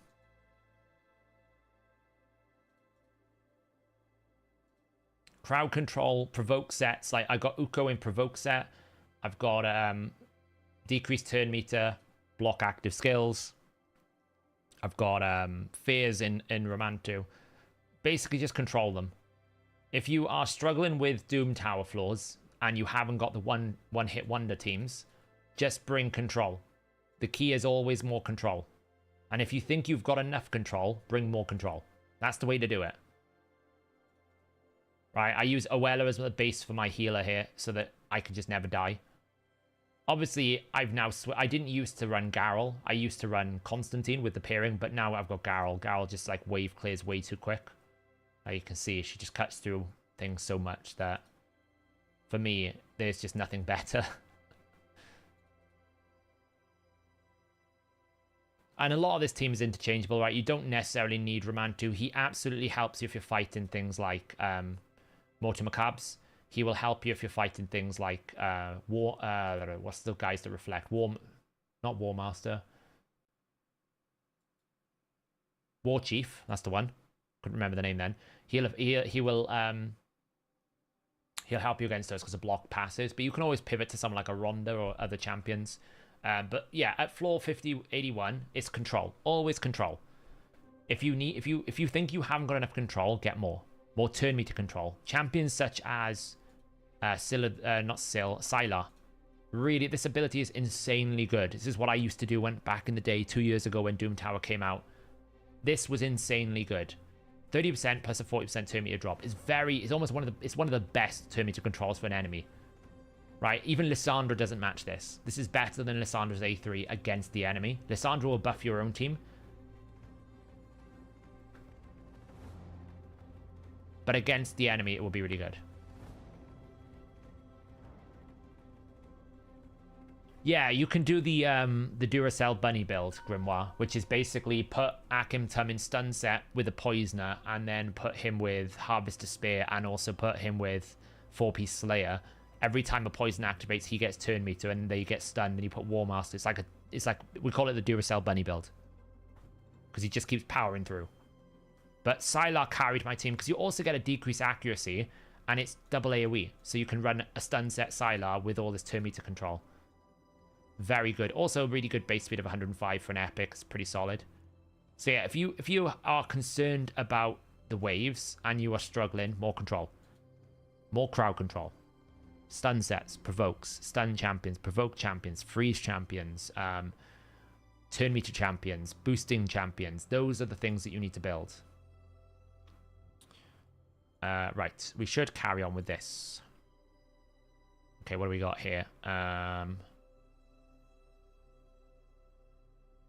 Surely I can just bring this, right?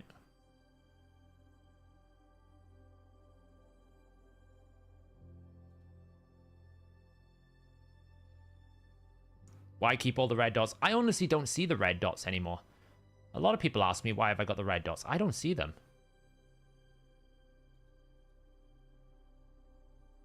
Should just be able to crowd control them here.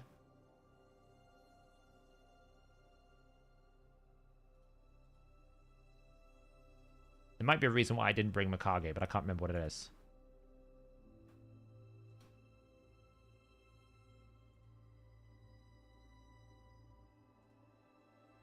Oops, I shouldn't have done that.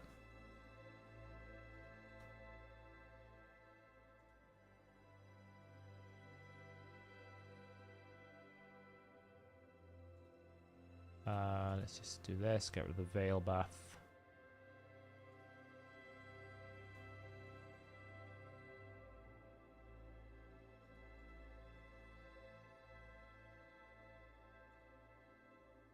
Oh, I forgot she's going to heal. Damn. Alright, well, let's just stun him away.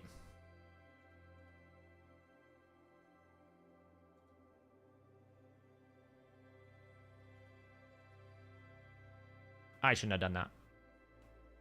Twice I did that. Oh, these...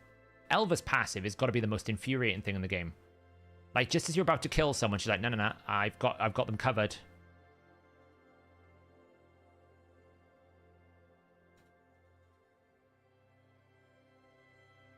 That's going to hurt me at one point. See what I mean? Elva. Absolute freaking annoying champion in the game. Right, let's just...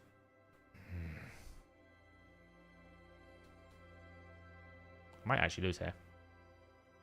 Revive. Can I get some control, please? Again. Okay, right. Heal. Cleanse. Revive. Can we stop killing my champions? Okay. Gives me some control. Stun. Okay, stun that. Honestly. Who's my favorite champion? Come on now. I guarantee you, if you ask chat, they can tell you the answer to that question without meaning to answer that.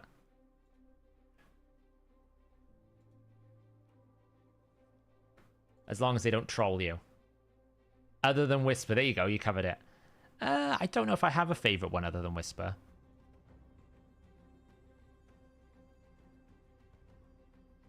It's very difficult to, like, qualify what you mean by favorite, you know?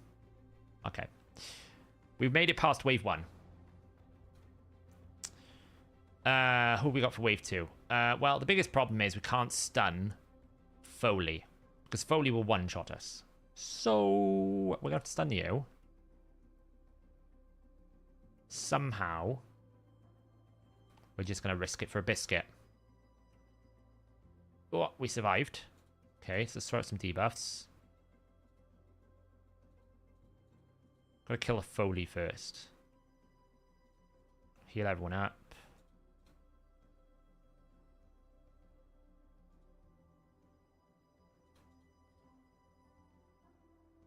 Okay, now we strip him out. Kill him. Lovely. We sleep him because he's the biggest threat. To Prius.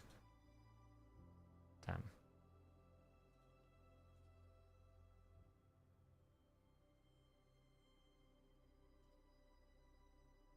Ah.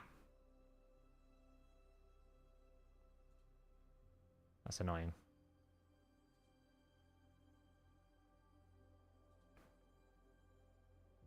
Okay, well. Kind of annoying, but it's not the end of the world.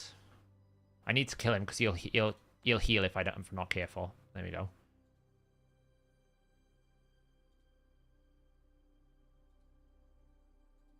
There we go. Cool. Now we can just slowly...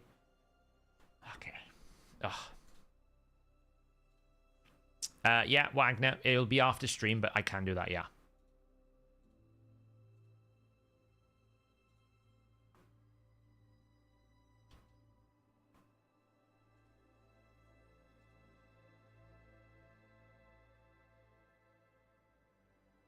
So I'm just setting up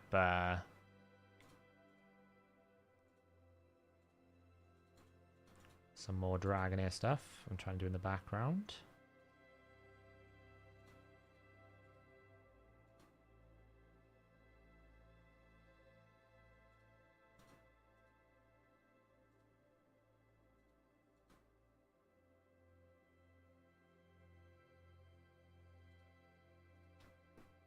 Okay, who are we killing here? Siffi's got to go first.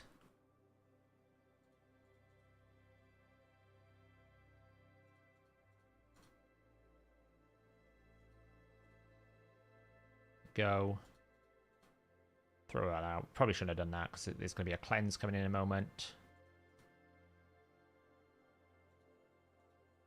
Let's just do that. That's the cleanse. Switch form. Kill the Rhodas. Then kill the Bad L. Steal some continuous heals.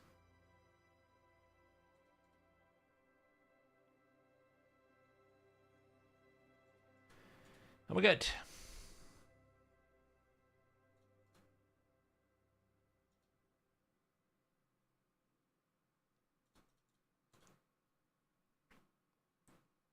Auto it up.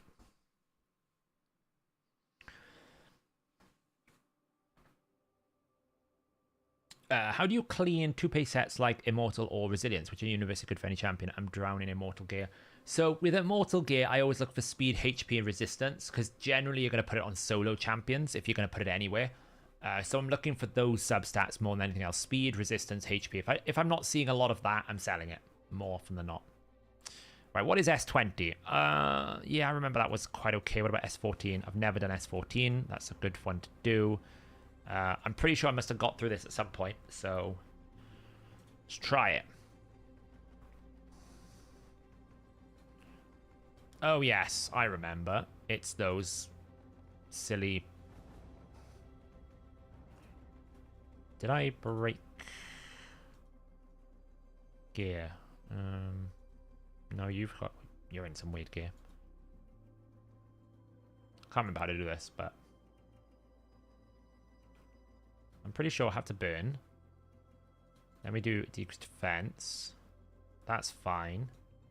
Then we do like shield provoke. I can't remember how I did this. I know I did it, but I can't remember how.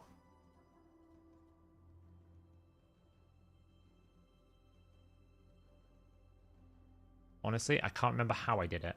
Maybe I didn't. Maybe I definitely did. Maybe I went to S14 that time. I don't know. I can go through here. I remember doing this. Have we changed anything with this? The only one I think I've removed gear from is Dark Kale. Yeah. Dark Kale got re-geared. What about Countess Lix? And she's fine. I think with Dark Kale, I just basically put lots of speed gear on him.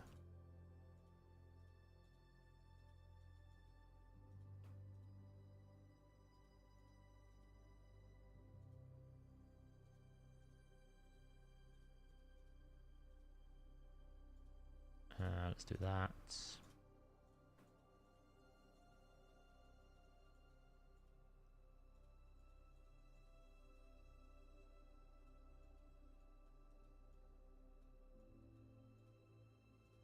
Some fast pieces. Do I have anything that's fast? This is 16. Let's go with that.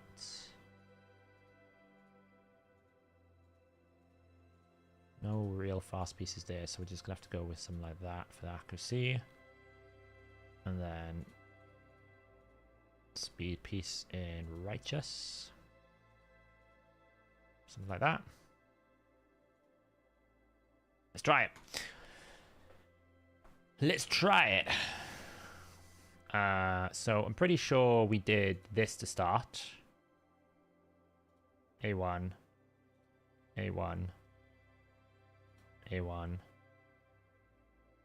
A1. Take a bit of a hit. Then A1. A1. A3, just to get a double hit. A1. And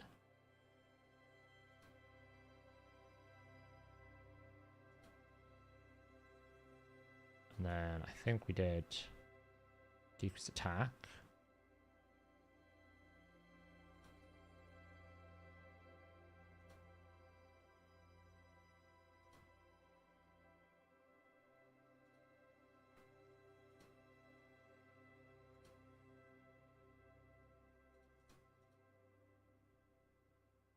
Wow, I can't even break the shield.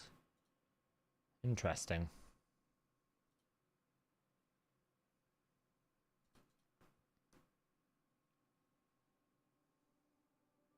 Your Chelsea are doing so insanely good in Curse City. I haven't had to re-gear too much so far.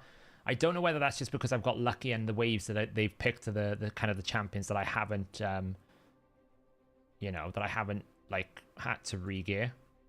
But I'm not breaking this shield at the moment, which is not great. Mainly because I haven't had an extra turn, I think. That's the main problem. Like, I've yet to get... Oh, there we go. Ah, yes. That resist was great.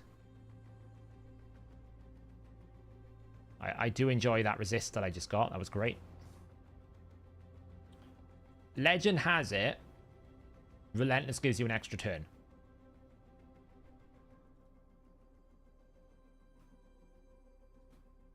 There it is.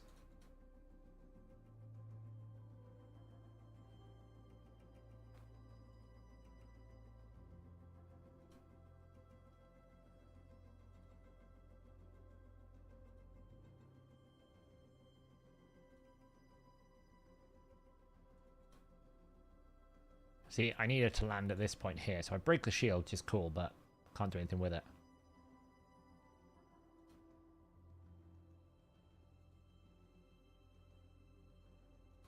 So I'm going to have to check the builds. Because this is not going to do it. Oh, look, there you go. I broke Cold Heart, didn't I? That'll be why. I broke the Cold Heart as well.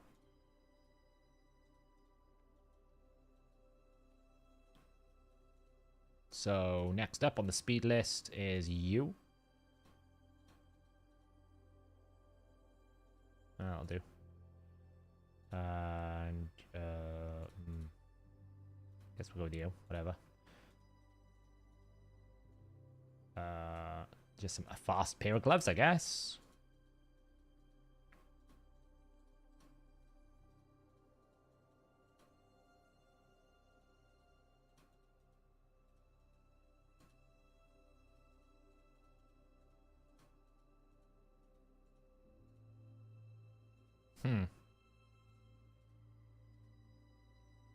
How fast are these? Oh, there you go. Take that. Let's go again. Why Kale? Because he can extend the duration of speed debuff. If you time it properly, he'll extend the duration of speed debuff. Well, we might as well throw that out there right now, actually. Of course she got that then when I didn't want her to. Probably gonna have to restart in a moment.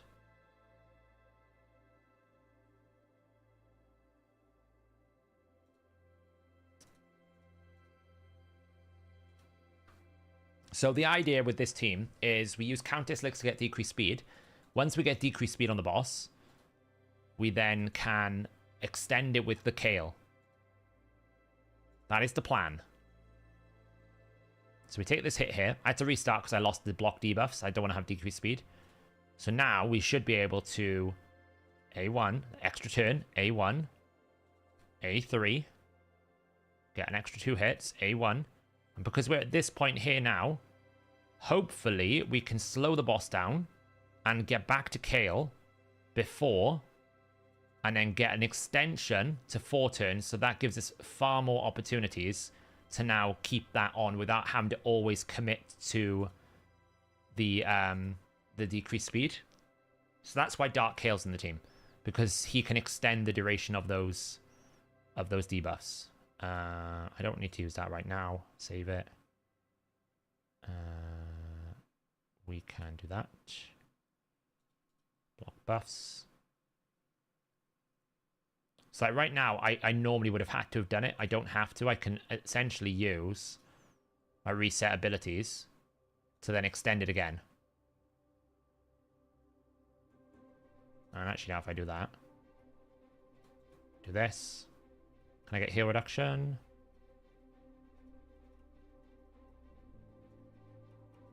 Heal reduction. There we go. So this should be a lock-in now. Shouldn't be a problem.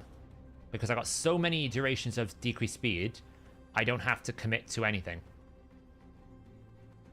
If I wanted to, I could use my A2, my A3, right? I can use whatever I want. I can use Weaken now. Normally, I would be locked in to have to use the other one. Look, I got an extension again. Boom. Extend. Let's just put poisons on it. Be able to use a max HP. Which, again, normally you would always be A1 in with Cold Heart. I don't have to.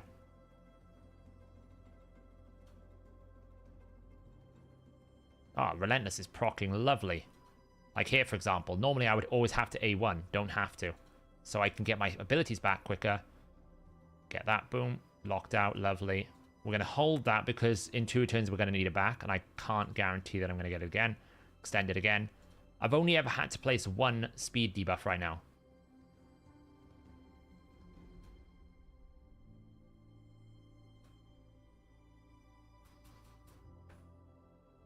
Do this. Make sure there's poisons on the boss so the boss can't crit me. Boom. La boom boom. Break. So we're gonna wait. We're gonna hold that 1 turn. Break the shield. Use defense weaken. Reset the abilities. Max HP nuke. Now we're going to do this, so we don't get debuffed. Extend it all. Now we're even extending the poisons. So good. So that is why it's better than Cold Heart. Because if you can get the extension at the right window, this becomes so much easier.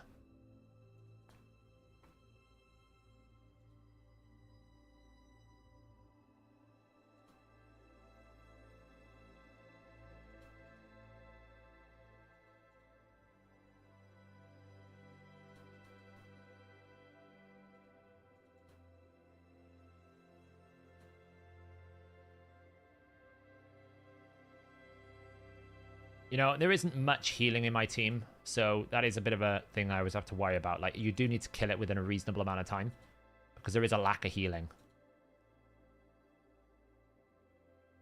I can probably do this without any risk.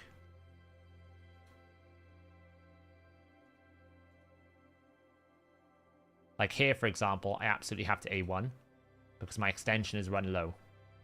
So I need to make sure the heal reduction is out. My extension ran a bit low there. So, you know, now I'm falling into that spot of bother where it's like, okay, look, my decreased attack has fallen off. My extension is falling off, so, you know, got to get back to getting it back into control a little bit. But I can probably finish it off here with a max HP nuke. Oh, just about. There we go. Boom! 105 turns, and look again, all nearly 5-star gear, but 1000. Essentially, this is a really important stage in Centralis because it's an Eternal Soul Stone. It's such a large amount of this Eternal Soul coins that it's probably the biggest payout. It's the most important Soulcross stage because of these coins. It's so difficult to get. This is like 7 months work in Iron Twins in 1 floor. What do we got here? Flat defense with speed might be okay. That one's going to be terrible. Crit rate speed, we'll take it. Give it a benefit of the doubt. That was just terrible. That was just terrible. What's S18? Hell, we're not doing that. S20, I feel like I gotta remember how I did this one. I'm sure I've done it before.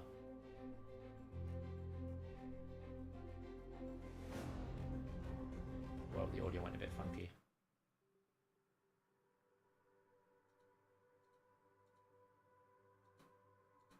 I'm sure I've done it before.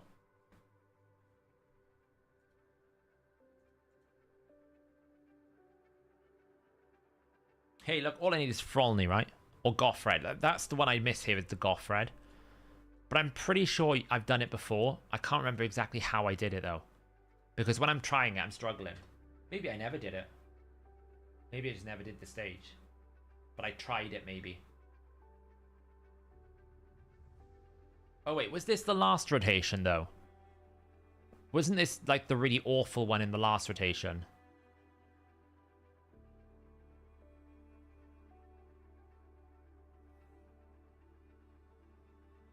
I don't know.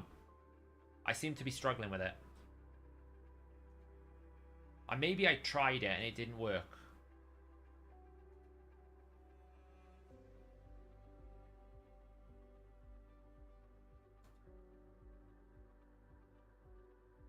I seem to remember not doing this one. That's why I'm confused. But that is a bit of a problem because, like, these two are horrible. This is not great. It means I'm going to probably have to make a Zargala to do the double Zargala comp. Like, I can probably get through this with a double Zargala, but... do you remember where your spreadsheet for Centranos? Yeah, it should be saved in the Discord. Let me find it.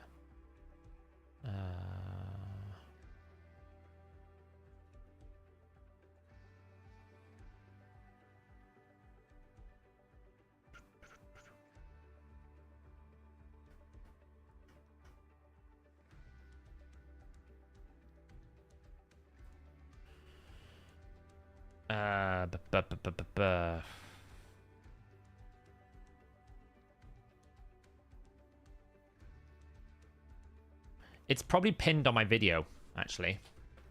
Let's see.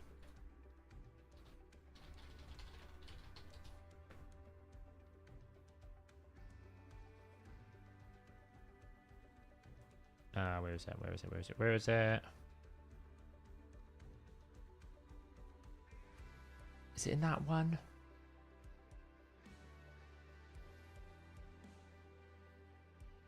It might be in this video here. Have a look at that video. It's probably there.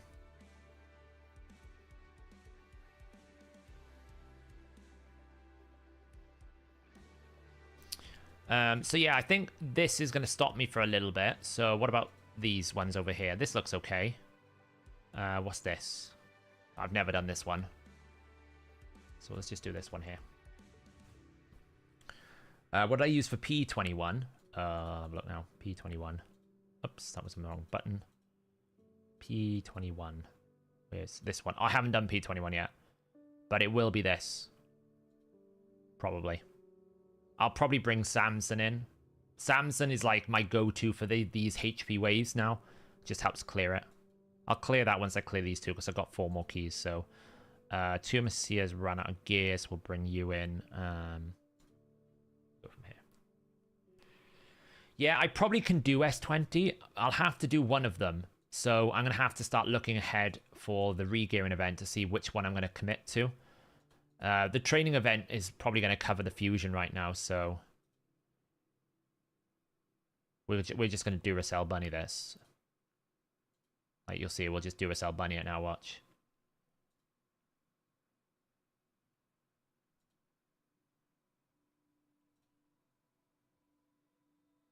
Are you ready for it? The Duracell Bunny build, there it goes. Duracell Bunny.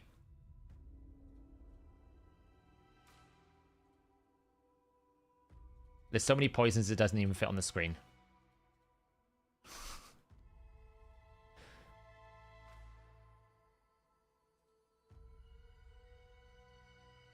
Hey Noda.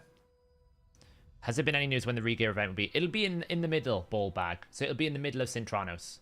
It seems to be like sort of like latter half of week 2.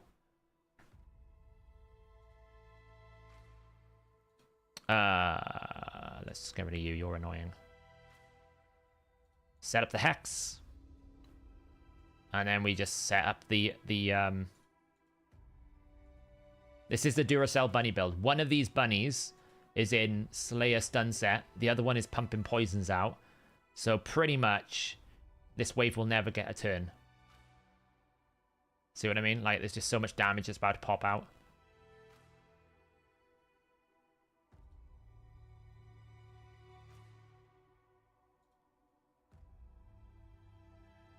Oh, they got 1 turn. 1 turn happened.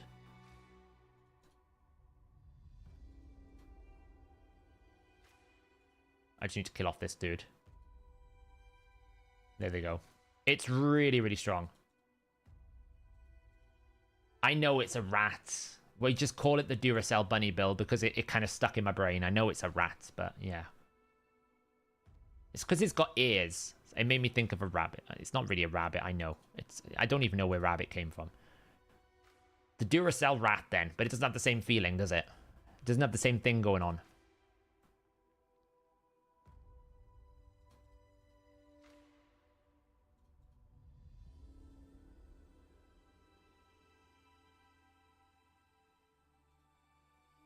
Wow, we have not spread many poisons this time.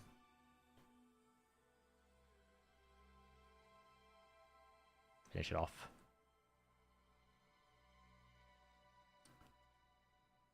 He's a cat. Okay, so I don't know. You come up with a better idea. But the concept works there. Right, okay, what we got here then? We've got Ice Golem.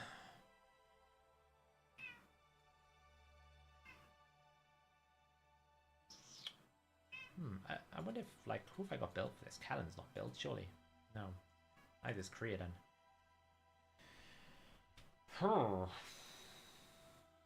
Probably you need to bring a Rhonda.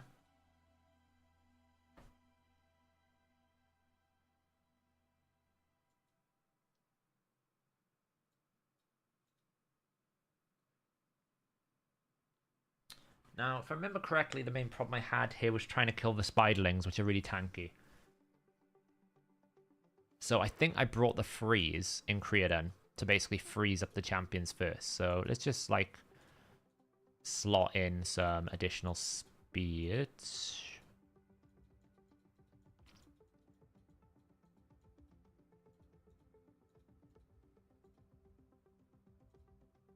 I'm pretty sure that's what I did. I brought in Creodon to, like,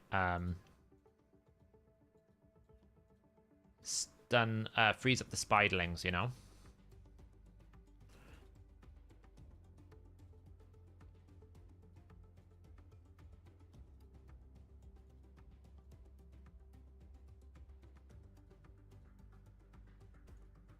Do not have any speed gloves.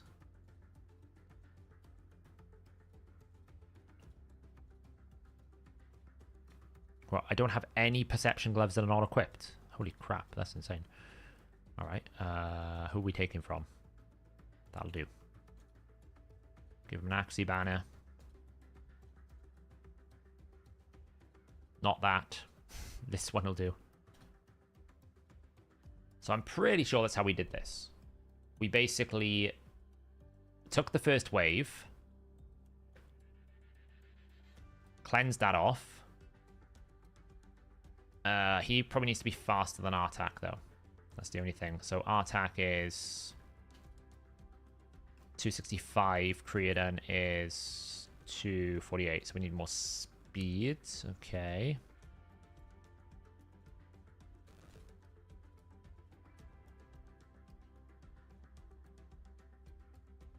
Can't take it from any of those. All right, so let's replace his chest with something that's a little bit more speed focused. Both of those are not great options. What about the weapon? Maybe the Boots Ascend. Let's find out. Speed! Ooh, not quite. Alright, do we have a better weapon? Oh, that's not rolled. Alright. I don't know if it's worth re-rolling. It might be.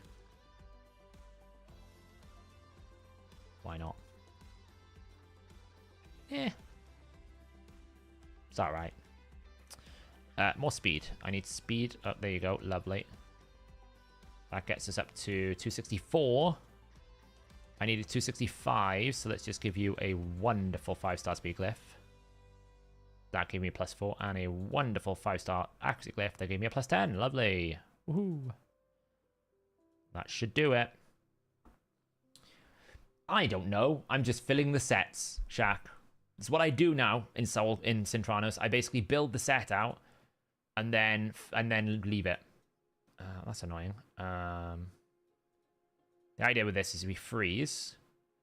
Then we can cleanse it all off. Now that they're frozen, we can actually burn everything. And I gotta basically start killing this chick. Send the buffs. Boost. Kill the Agreth as quickly as we can.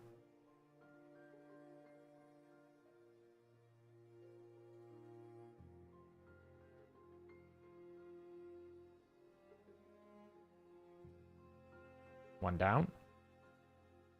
2 down. 3 down. Lovely.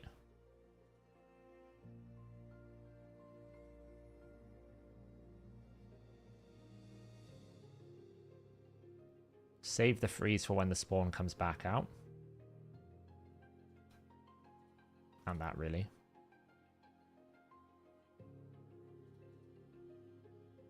Probably should save that cleanse, not gonna lie, but it's fine. Punch up Agreth, extend the buffs.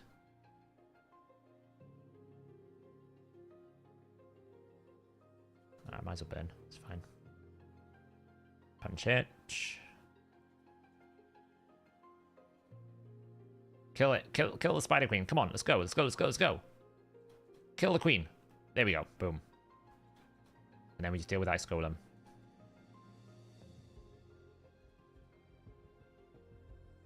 And that is why I use Creodon. I remember all these things. They come back to me after a while. Yeah, Hosquill's super, super good along with Creodon. They're both really, really good for Cintranos.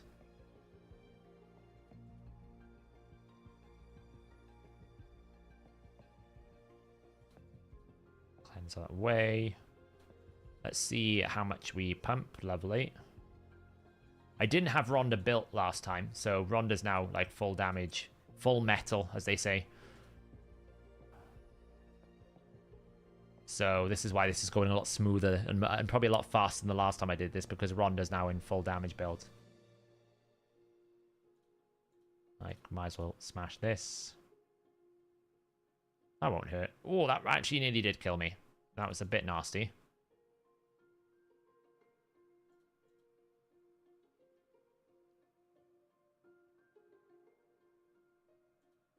Ah, that sucked. That sucks. That might be worth re-rolling. Yeah, that could be good. Ooh, speed accuracy. Yes, this is what we want. These are the supersonic pieces we want. Speed accuracy.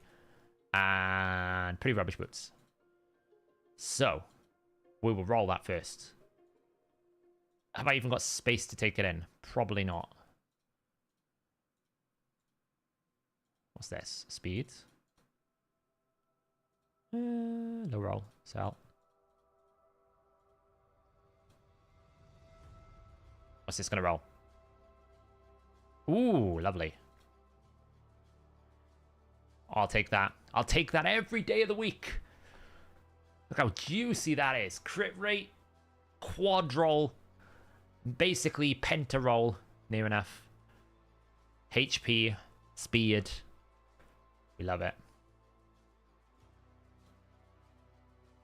This got a triple roll, or I just sell it. It's just terrible otherwise. Same as this. It's got a triple roll, or I'm selling it. All right, free work. We're basically gambling, and this is gonna roll well. It didn't, so it's a sell. I don't generally keep any of these bottom row pieces anymore. Like I'll try my luck every now and then, but you know, this is the problem. It's just you get really poor rolls. You got to roll the primary stat. It's just an extra thing you have to RNG. Speed? It's not worth it now. Sell. This is the one we want. Speed accuracy. Speed accuracy. Speed accuracy. No. Oh. Speed. Okay, well, it's better than it. It's not terrible. It's not terrible. Could be worse. Okay, someone asked me about P11. Basically, we're going to use Samson the Masher, so probably take out... Which one of these are built? You're built. You're not built anymore. You're still built. You're still built.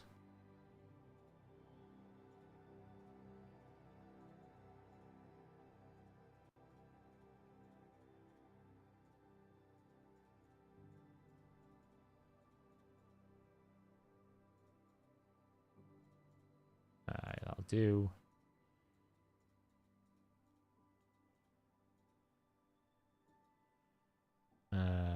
Stone Skin. Supersonic.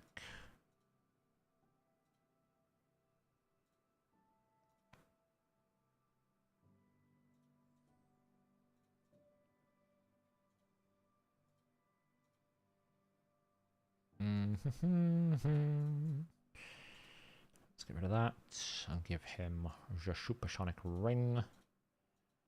Do we have a banner? Oh, accuracy. Interesting. That's the wrong faction. Do we have anything supersonic-y? We do not. Do we have anything supersonic-y here? We do. Take that. Lovely. Oh, look. He's slowly getting masteries, this guy.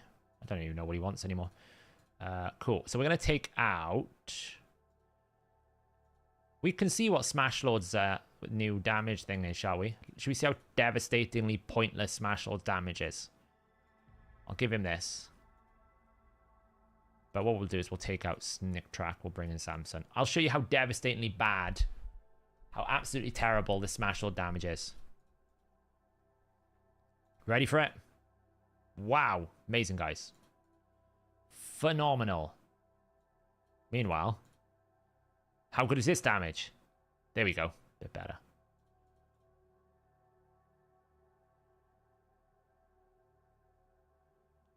Ha, the tables have turned. Monkey business.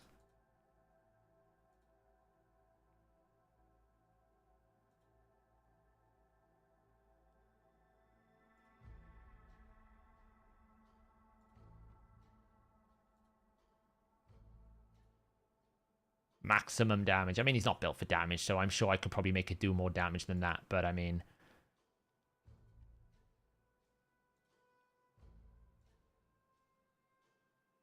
What is really cool, though, is this is now a much bigger, much better heal, and also in a 3-turn cooldown. So, as much as I joke about his A3, it's still really, really good what they did to his A2. I really like his A2 change.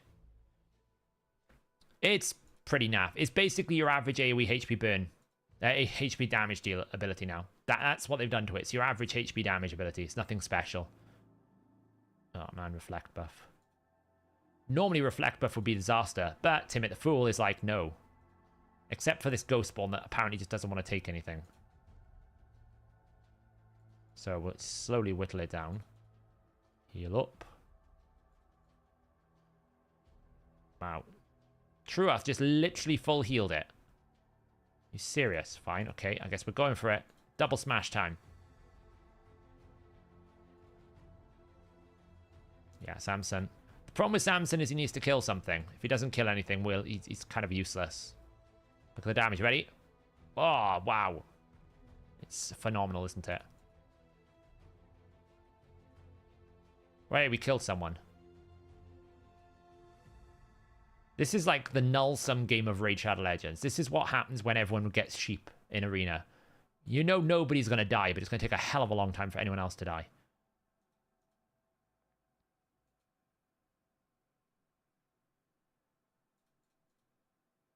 Can we kill the Trueath, please? No. Apparently not. Please, can we kill the Trueath? Oh. There we go. Now the Ghost Spawn. There we go. Yeah, Trueath is pretty strong. Okay, well, let's throw out some heals. Watch this heal now. Watch the numbers, right? This is what you want to. This is why I'm saying this is really good. What they did to this heal. Okay, he's going to heal 15% of his hit maximum HP. Then he's going to heal another 10% for every debuff. So this is going to be a 55% heal. Look at the heal value. Watch the heal number. 44,000. That's why he's so good now, because of his A2. He's actually an incredibly strong healer. He's really, really good for it.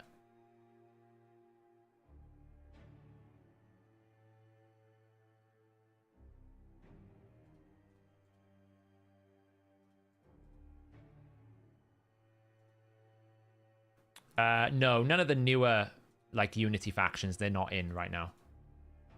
Let's take out you.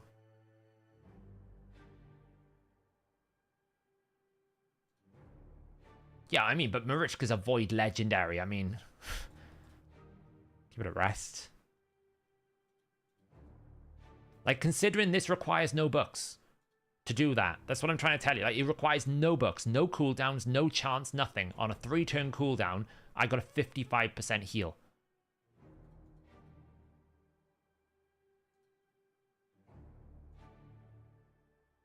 Look, boom.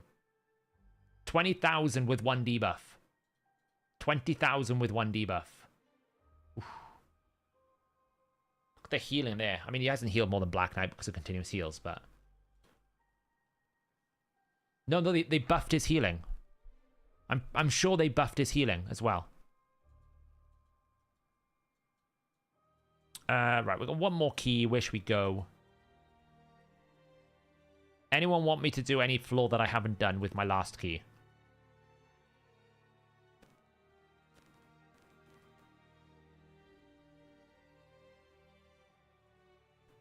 Islin maybe, yeah. Islin would be. Is it? I thought they increased the bonus healing. I thought they increased the bonus healing. I could be wrong, but I thought they did.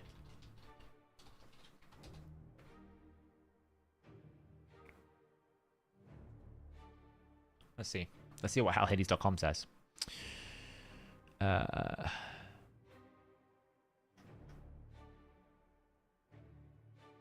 Oh, yeah, so they didn't. Okay, fair enough.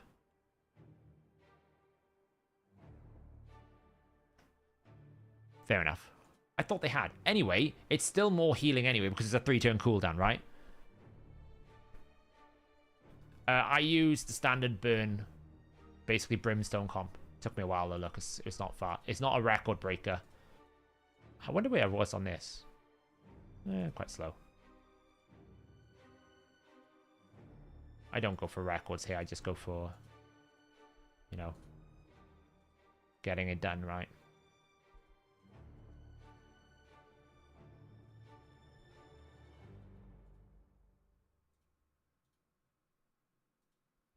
One of these, I was on the global leaderboard. I'm probably not. Yeah, this one, look. Stage 6, I've managed to make it up to, like, position 14 on the global leaderboard. I'm like, okay, we'll take that. P19. What's that one? It's kind of the similar thing. For me, though... yeah. But very similar trend. See, it's Samson or Garrel that's going to carry these HP waves. Yeah, it was Zach. Yeah. I didn't realize. But still, like, if you think about it, a 25 reduction in the cooldown, 25%, means you're getting 25% more healing. Why? Because you're getting back to it quicker. So it's still more healing, even if all they did was just change the cooldown. Because you're getting back to it faster. Yeah, Samson is really good for covering these really annoyingly low damage waves. He's like the only high damage champion that you can put into these kind of concepts. I should pick up some of these. Like, how much am I away from the remnants? 170 at the moment. Well, I haven't done any of my dailies yet. We'll have to do that.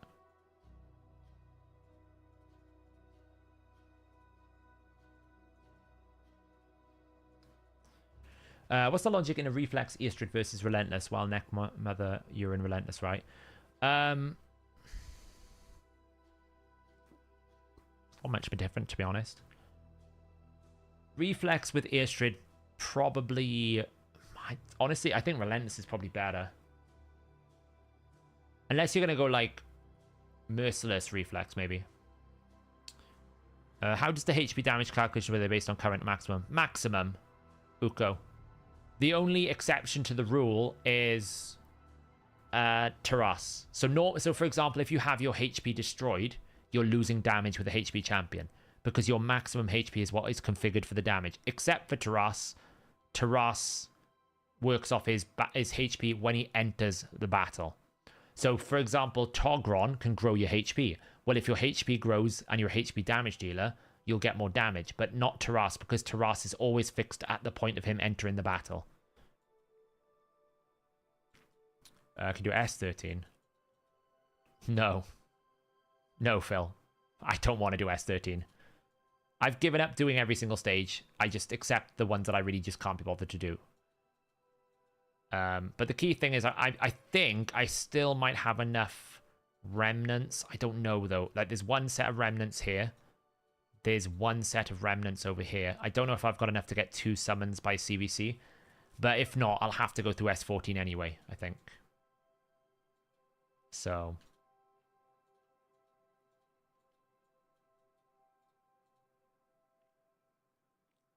let's just do S3. Yeah, I just do what I can. Like, I could probably do it if I want to. It's whether or not I want the stress of it, you know?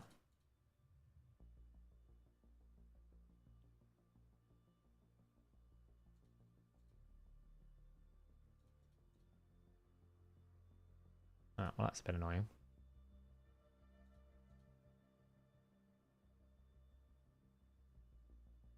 Can we not kill my team?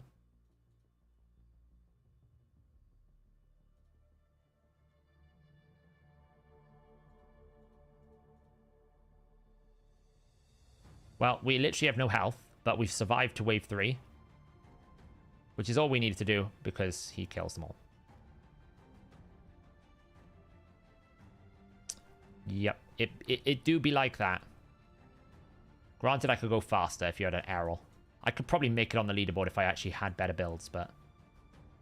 Cool. Well, we're making progress. We've managed to get ourselves into Soulcross, which is nice.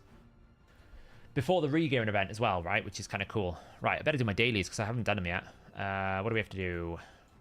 Fighting Tag Team Arena. Okay, so just Fighting Classic Arena. Cool, we'll just burn through this quickly.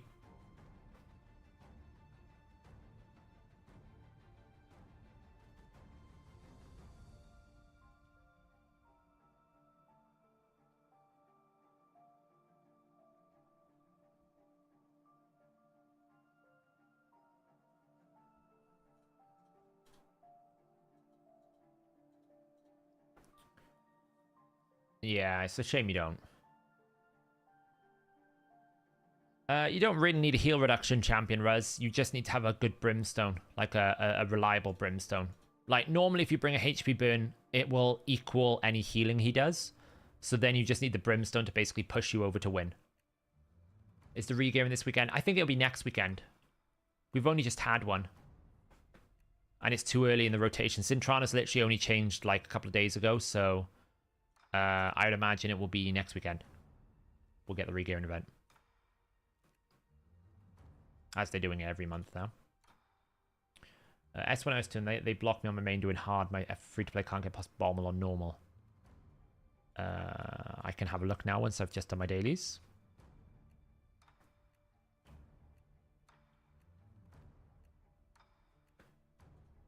There's the 5. Summon 3 champions. I would love to. Thank you. I couldn't earlier because I had no space.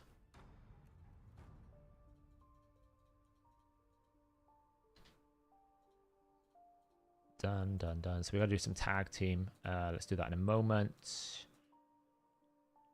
I don't know if we're going to get to Gear Cleansing, honestly. I do need to do some, though, because of the Artifact Enhancement event. So, S2... It's kind of like if you've got Jetney, it's really easy. Jetney or Yannicka is the way to do S2. S1, yeah, I use my 6 stars. It's kind of like S3, really. Gwendolyn's pretty good if you got her. Ziichi's not bad if as the free login. And then Nishak, it just depends what you've got available to you. Basilisks are really good even outside of being 6-star because they can do a lot of stunning. Ogren Jailer's a very good option as well for lots of damage. Just got to watch the freezes and kill the torments as quickly as you can. If you let Beauregard get a turn on wave 3, you're in trouble. So you got to get rid of the Beauregard. So you absolutely have to do that. Like, I don't think I'm even going to get to Hydra, which I really wanted to do a Hydra run today. But, you know. Right then, I've got to win 5 fights, which means... What do I need? Single faction. All right.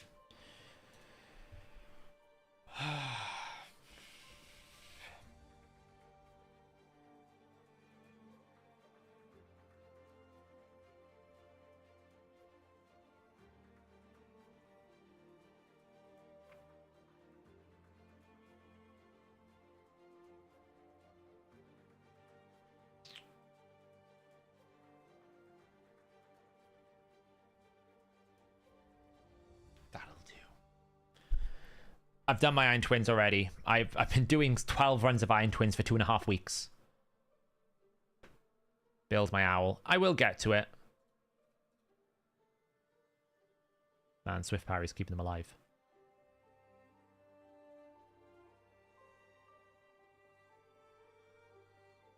Is the new dwarf good to pull for some? Oh, we haven't gone through the times 10, have we? Oh, that's the times 15. We'll do that in a moment, actually. We'll do that in a moment.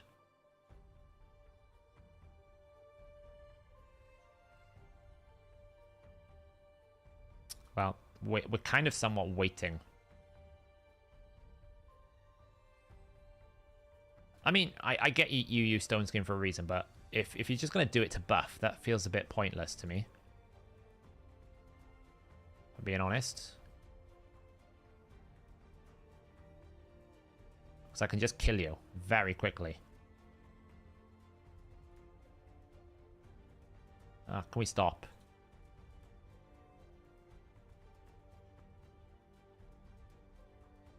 Oh boy. This is quite annoying. It's going to take me a while. They won't win this, but this is going to take me a little bit to get through them. I got to kill the Alva first, really. So let's take the Alva out. Then we're going to kill this because with Veils. Veils be doing their thing. Can we just stop you from doing something? Thank you. There we go. I don't really get the point of Stone Skin there. Like, is it just meant to like stop a one-shot team? Because you had no, it's like you have no follow-up. Like, yeah, sure, your team's protected by a Stone Skin, cool, but you only had one turn, so I just waited.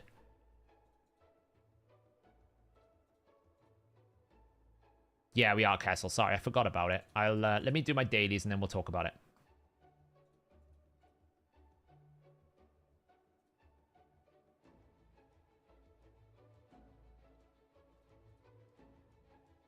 The only downside with using Garrel with Necra is Garrel is HP based in the base form. So you're never going to be able to get the right HP matchup. So we saved that. Finish it off. Lovely. Boom. One down. Next. Let's just do that. Wow, double Wukong. This sounds like fun.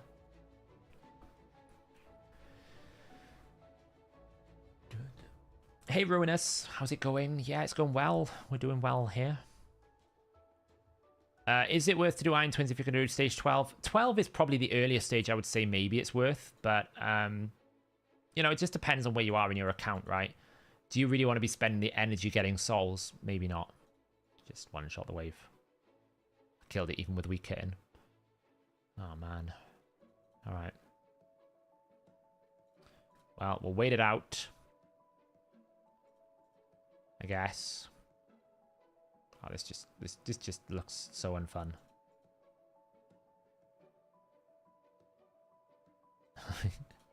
He tried to one-shot my poor thing. Let's just do that. Break that. Thank you. He tried to one-shot my my Fortis. You can't do that. It's not how Fortis works. We can do this.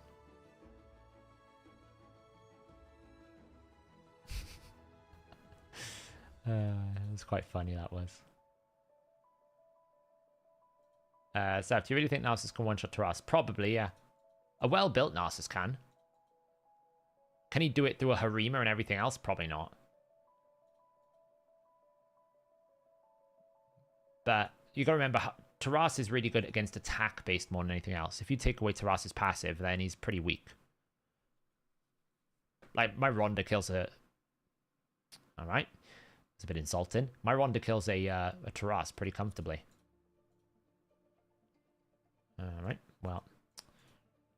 I guess we're going to kill the Duchess first. Cool. And then we will kill that. Cool. Alright, well. Rhonda's just...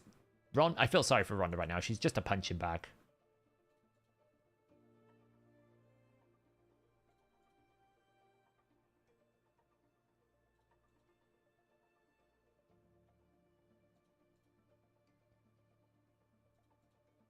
Those. Stop that revival. Boom.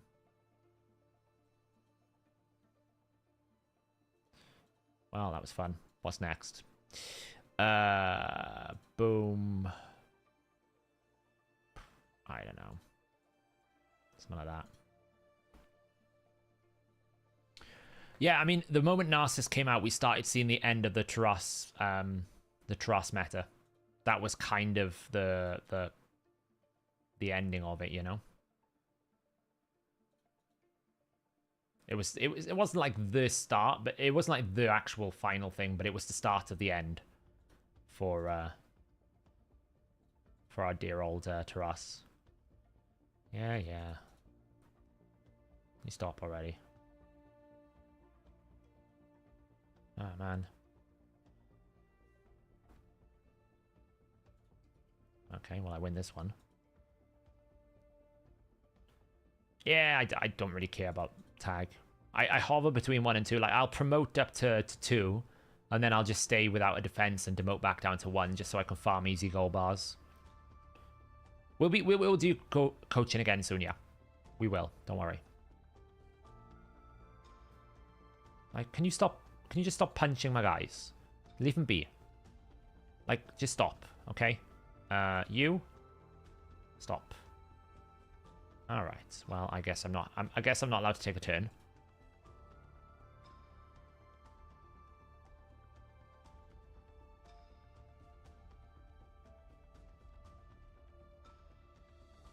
Yeah, well, let's just skip that one. What do we got here? Let's put my Night Rev team. And let's do that. Like, I'll show you how to beat Taras. Taras is really... You can't ban in this mode.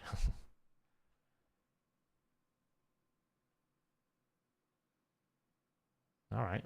Alright, guys. Chill. Alright, stop whacking my team. Thank you. Leave them be. Thank you. You block revive him. Excellent. Then follow up with a lovely double whack. Alright. That was cool. Okay, what we got then? So, this is how you kill a Taras. Oh, this is how you don't kill a Taras. I didn't actually take a turn, which, you know, sucks. But hey, it's fine. We're not dead yet. We're nearly dead, but we're not dead yet. Oh, almost killed it.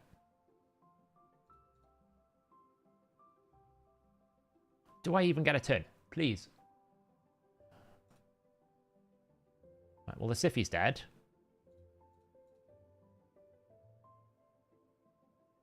I'd have loved to show you how to beat Taras, but, you know, this team is literally horrific to try and fight because of, well, you know, Warlord reset Kaimar, Warlord reset Kaimar. But we're still in for a shout. You know, Rotus is doing his thing.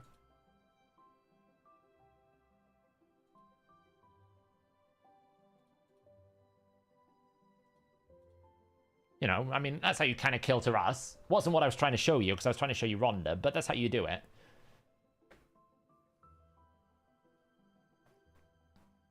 Alright. What do we got? Okay, we took 2. Literal criminal behavior that I'm able to steal. That I'm able to deal with that. Criminal behavior. I should not be able to break a passive for Mithrala. I should never be able, with the level of accuracy that I've got, which is like 600, I should never, ever, ever be able to control a Mithrala like that. What do we got here? Let's put you against that. Let's put you against that, and then that sounds fun.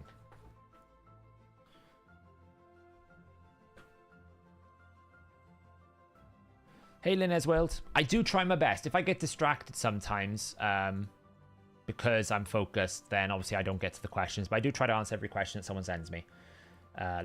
Should sequence passives reset immediately following his last turn on the cooldown? Player says it won't reset till the start of his next turn.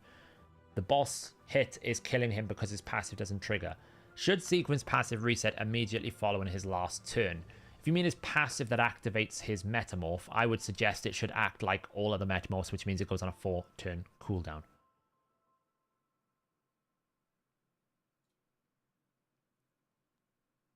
So I don't actually want to take all these extra turns. I'm going to wait for the Veil buff. I might actually not win this one because there's so many buffs that I have to deal with. Alright, well, I don't think I can cut through here, but I can probably, like... Oh, man, I can't do anything right now. Ah, man, I've lost all my health. It's the Veil buff I can't do anything about. Does she have block debuffs? I can't even tell anymore. Yeah, she does, so might as well wait one more turn. Punch it up a little bit.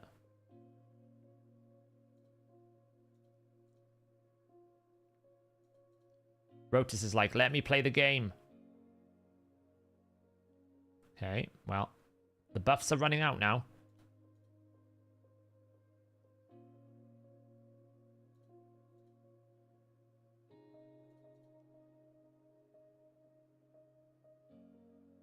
Will Ronda... Oh, he's buffed again.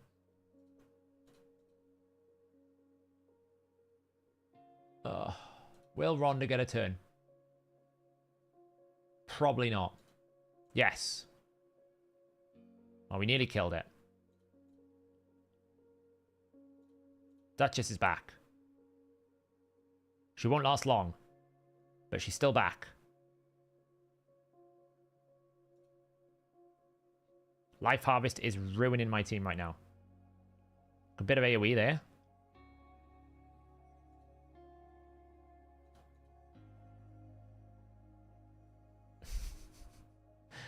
It's like, will we ever get to a point where we actually kill someone? It's kind of hard to tell right now. Elva's keeping the team alive somehow. Very difficult.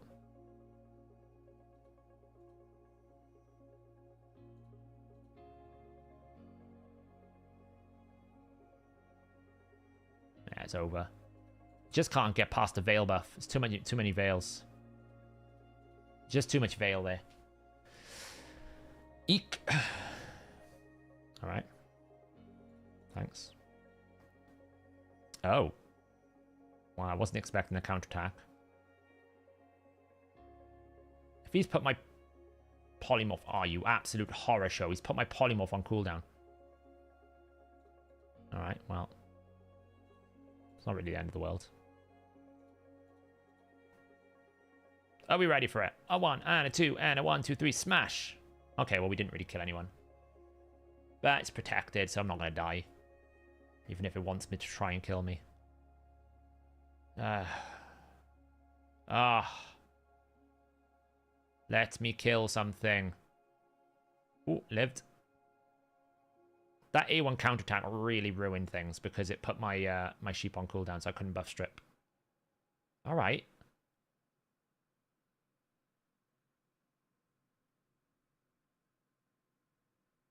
Well, this is over. Pretty much. Heh heh.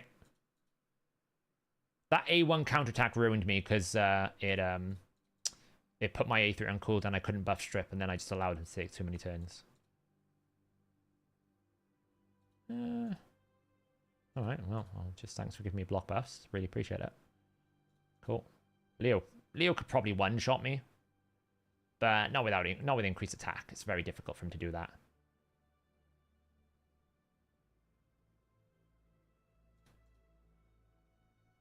Alright. Cool.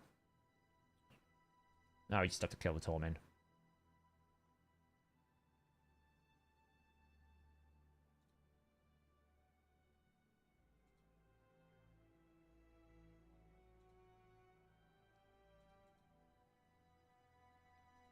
Eventually we'll win.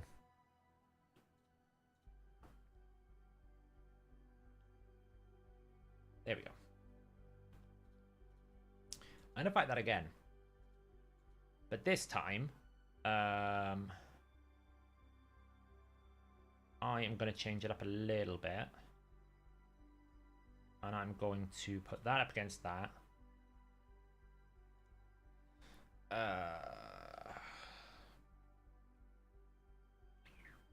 That against that. Take out you.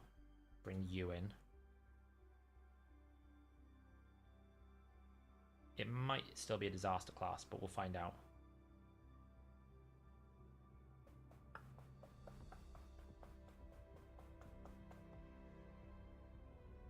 Mind you, they're going to buff a lot. So actually, what if we do that? Take you out. Bring a little bit of polymorph in. Something like that. And put you in the lead. Let's see how that goes. Let's find out.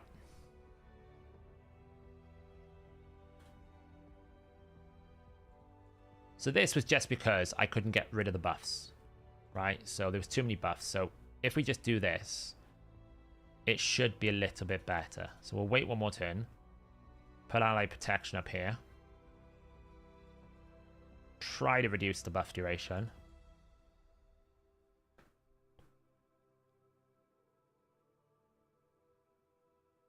Then we'll switch. Do a bit of nukage.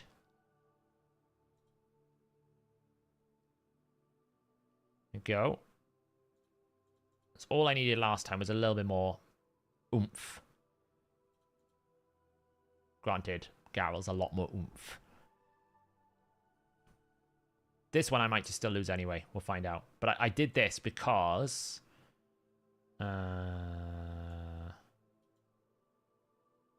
I can do that. Try to slow him down a bit.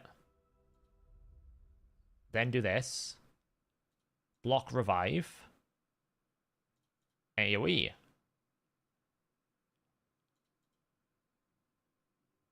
Oh, that was nasty.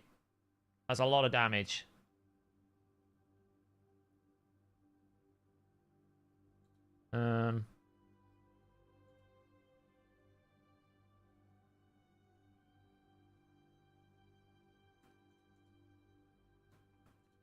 Can we finish her off? Lovely.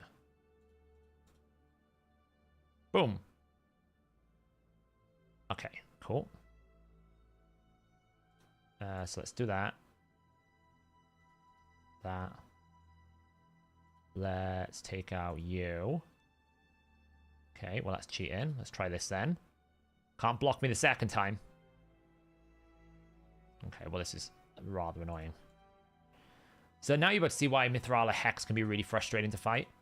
Because I'm going to get petrified everywhere. Rotus pose is great. Look at Rotus right now. He's just like...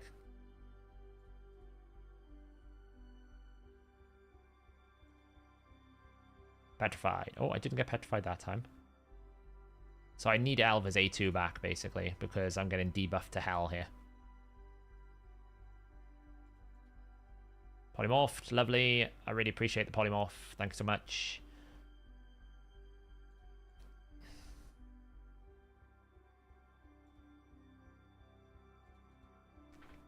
I could lose because of Leo. And Ukko is just like dominating me here. Yeah, I'm going to lose because I can't get rid of the Ukko and the Mithrala. So... See, I mean, Mithrala has won this fight because of the amount of crowd control she can put out. So Mithrala in Arena is still very, very, very good because of the Hex. Like, I can't get a turn on my Rotus. I can't do anything. I took so much damage, but I just couldn't do anything. So, you know. Who's the Green Affinity Champion, your third team? My third team?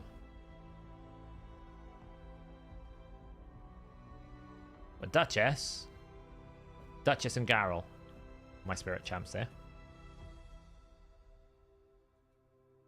Right, so all I need to do now is Crypt Keys. That's fine. Let's just do this quickly.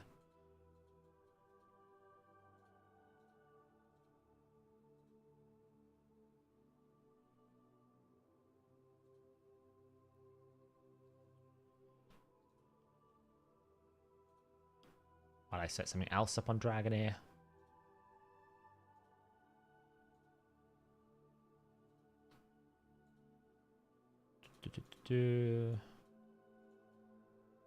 How much do I need? 175. That's probably enough. Lightning 242. Quite enough. Fire 159. Plenty. Necrosis. Not enough. Ice. Not enough. Radiant. Probably enough. So I need like Necrosis, Ice, and Lightning. Okay.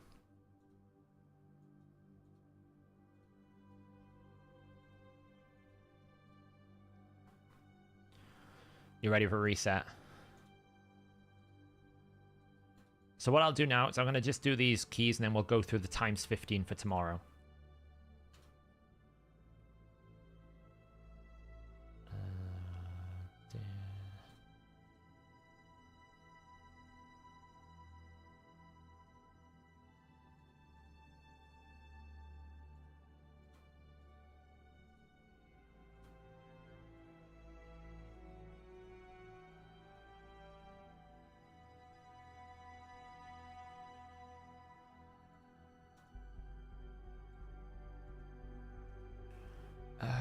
Let's see. Let's do 20.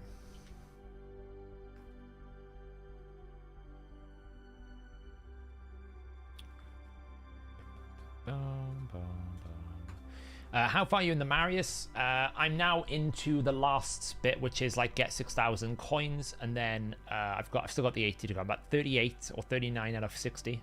We're nearly there. We're nearly there. Oh, you're talking about Green Virus. Green Virus is nearly there as well. True, Adam, true. I used it incorrectly, but then I had to kill the Leo, which I probably made a mistake on. Like, you know, it's just all decisions. But it's a good showcase of what I was saying about Mithrala, where if you let her get going, she... You know, she is incredibly dominant.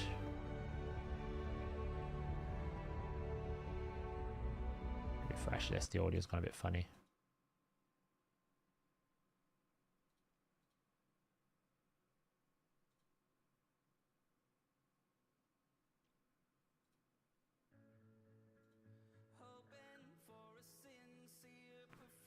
What's the new promo code?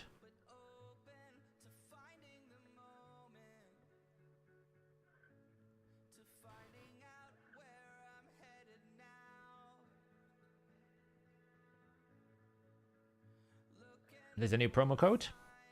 It's Ash Celebrates. Okay, I'll try it now.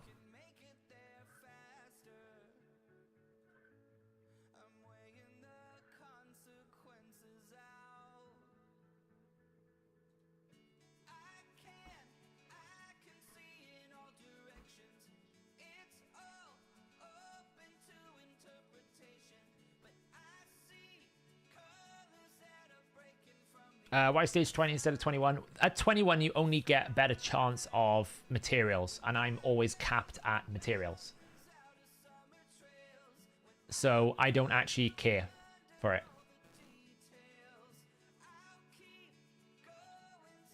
Essentially. So 20, you get the same glyph chance as 21. So it's just faster, so I just do 20.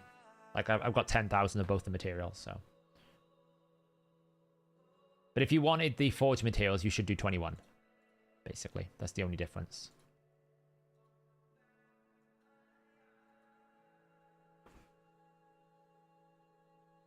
You need 7 more fragments for Mithrala. Nice. Nearly there. You're nearly there.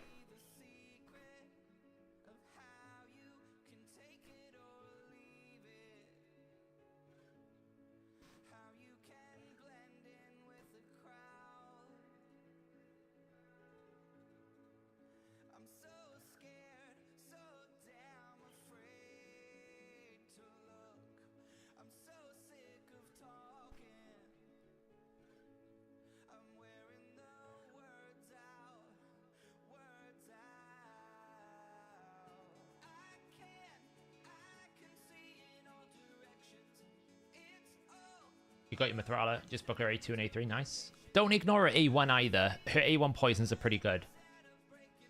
She becomes one of the best poisoners in the game because of her A1. No, it's just materials that improves. The glyph rate remains the same.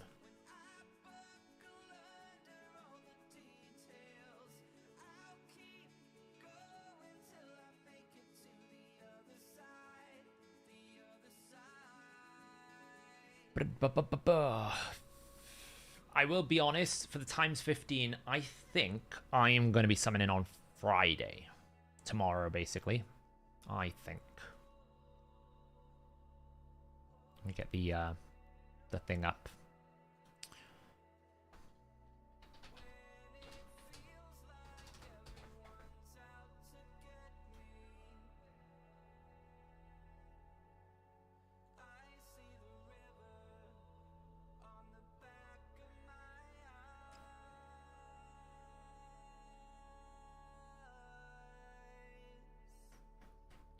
Let's see. Let's get this up here.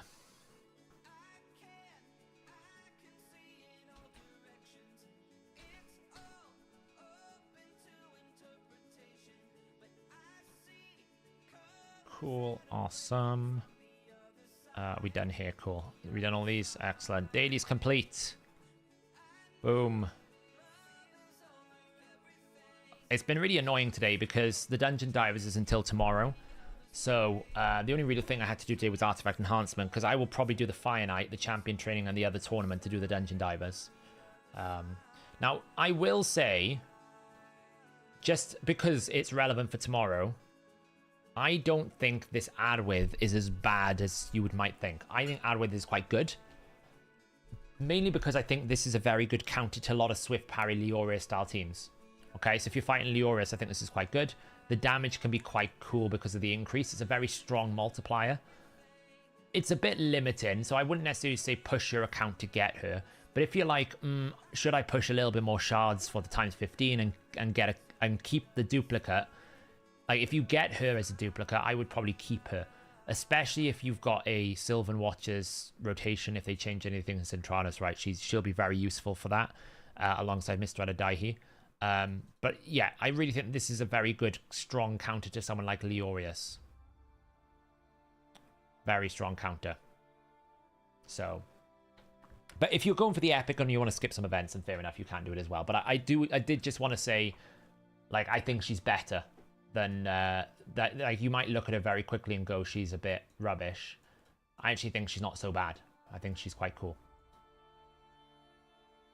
She's quite cool. Yeah, I mean, of course. I mean, if you have an answer to it, but I'm thinking for the general player-based Steeko, right? You might be looking at it going, I really struggle with Leorius, or people that have Swift Parry, then I think it's quite a good counter. Adwith is a Welsh name, yeah.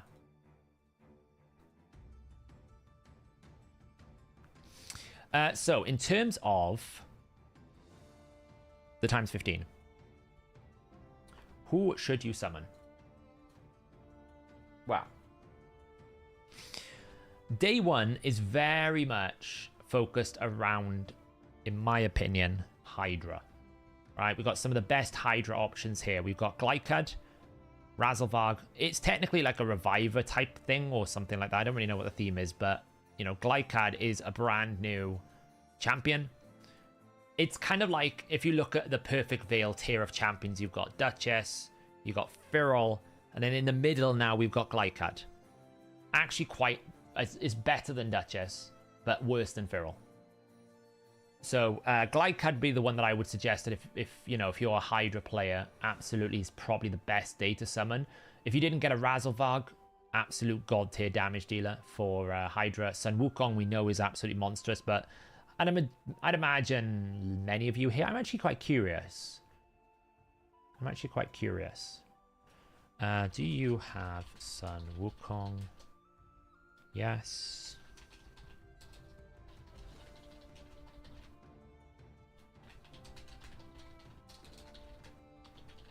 Because I always assume these things. I assume that everyone's got Sun Wukong, which might not be the case because a lot of new players come in. What was your question, AG White? Let me see if I can find it. Hey, Seth, for the Remnant summon, does it auto-summon at all, or does it sit? You can keep the Remnants, AG White. You summon the Remnants when you want to. They're just a shard. Only the Prisms will ever auto-summon. Like, I always tend to save my Remnant summons for CVC. But yeah, you can keep them as long as you want. You can keep them all the way up to, like, you can never summon them if you want, so you should be able to keep them. But I'm really curious to see how many people here actually have... I mean, yes, there's an answer for both, but I'm curious to know how many people don't have Sun Wukong. Because obviously, if you already have Sun Wukong, I wouldn't necessarily say he's someone who I would chase for a duplicate. So yeah, that's the big thing I would say with there. Mortu Macabre, I would never pick. I think he's too niche. Karja the Rai, I actually don't like her too much. Mainly because her block debuffs is only a 1 turn. And then she doesn't really do enough. But she's quite a good reviver with Timid the Fool. If you pair Timid with Karja and then you have a good setup, it could work. It's probably the only way to set up someone like a Fortis for success. So really, your choice is kind of like based on what you've got available to you. But if you care about Hydra, you're probably going to always think, Glycad would be very good. Because he's one of 3 Perfect Veils, really, that you have as a viable option. One of 3.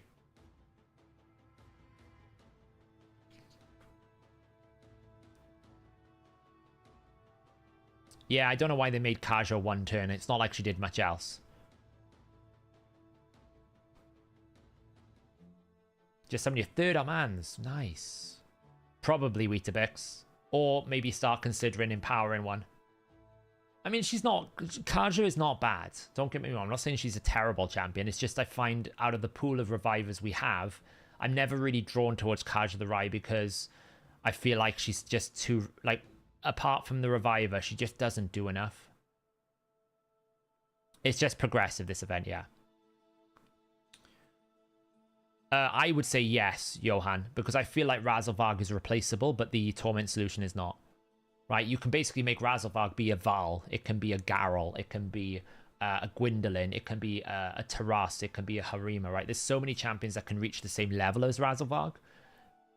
Whereas you really only have Firil and Duchess that can do kind of like the same thing as Glycad. Like, the pool of what Glycad does is much smaller than what Razelvarg can do. If you have 3 Rector Drafts, yeah, probably Darth. Rector Drath is conditional, Glycad is not. The nice thing about Glycad as well is he gives you the increased defense and he's giving you increased attack as well. So you're getting double buffs alongside a backup revive alongside the perfect veil. He gives you an awful lot of support to go with the main setup. He's not as good as Firil because Firil has the block buffs, but he's still pretty good. So I just wanted to know. So yeah, so that's what I thought. A lot of people here have Sun Wukong. So yeah, my choice for this, if I was picking, would be a Glycad or a Razelvarg if it was me. But if you don't have Sun Wukong, I would say he's very much a big pick. I wouldn't pick the last 2 unless I absolutely wanted one. No, I'm not going to build the Yannicka team. Yeah, like Firil Light is how to best describe him. Like I can show you, like for example, yeah, you can come to this news report here. We always post about this and give you like best practice and guidance. Down the bottom, which I'll show you in a second, it has all of the like our recommendations. So you have Firil, should you still go for Glycad? I mean, let me run through all of this, John, and you'll be able to make a decision. Probably easier. But what I will just say about Glycad, he has a revive, but you always get these buffs. And actually, it's kind of cool because he gives an extra turn, right? So if it's a 4-turn cooldown. If you don't revive, then it's a 3-turn cooldown because you get an extra turn, which means that you always have increased defense and increased accuracy. And you then get an increased attack on a 4-turn cooldown with a perfect veil. So you need a buff extender still, right? The veils still always act the same way Firil and Duchess does, where it's a 4-turn cooldown on 2-turn duration. But you also get increased attack. And this is kind of nice. This is the budget version of Firil, where if you're under perfect veil, you get 10% more damage. This whole under veil perfect veil is not so great, but the first bit is great. So you get 10% more damage, increased attack, increased defense, increased accuracy, perfect veil, a back, a revive. You know, this freezes whatever. You also get a 19% aura with 112 base speed. So he's not as good as Firil, but he's much better than Duchess because the revive is so much better. Right? The revive is a 40% with 25%. Duchess is like a 50% with 0. So he's a great option for your legendary option that isn't Void. Now, for Void, I would say if you don't have a Cardiel, you pick Cardiel, right? As much as Valkynon is good and useful, if you don't have a Cardiel, you pick a Cardiel. He's so good. He's probably like top 5 champion in the game. You'll use him everywhere. Anywhere that you can use him, you will use him. So absolutely, there's no question for me, Cardiel over Valkynon. In terms of the epics, Lockwine if you haven't done your Mikage, otherwise Deacon. And Gembo, Akhenaten, personal preference. Like if you're trying to +4 your Gembo, then Gembo. If you want to +4 your Akhenaten, personal preference. It doesn't really matter. Is Duchess 70%? Okay, the HP is better, but turn meter is a problem, isn't it? Turn meter you really want. So it's a better reviver.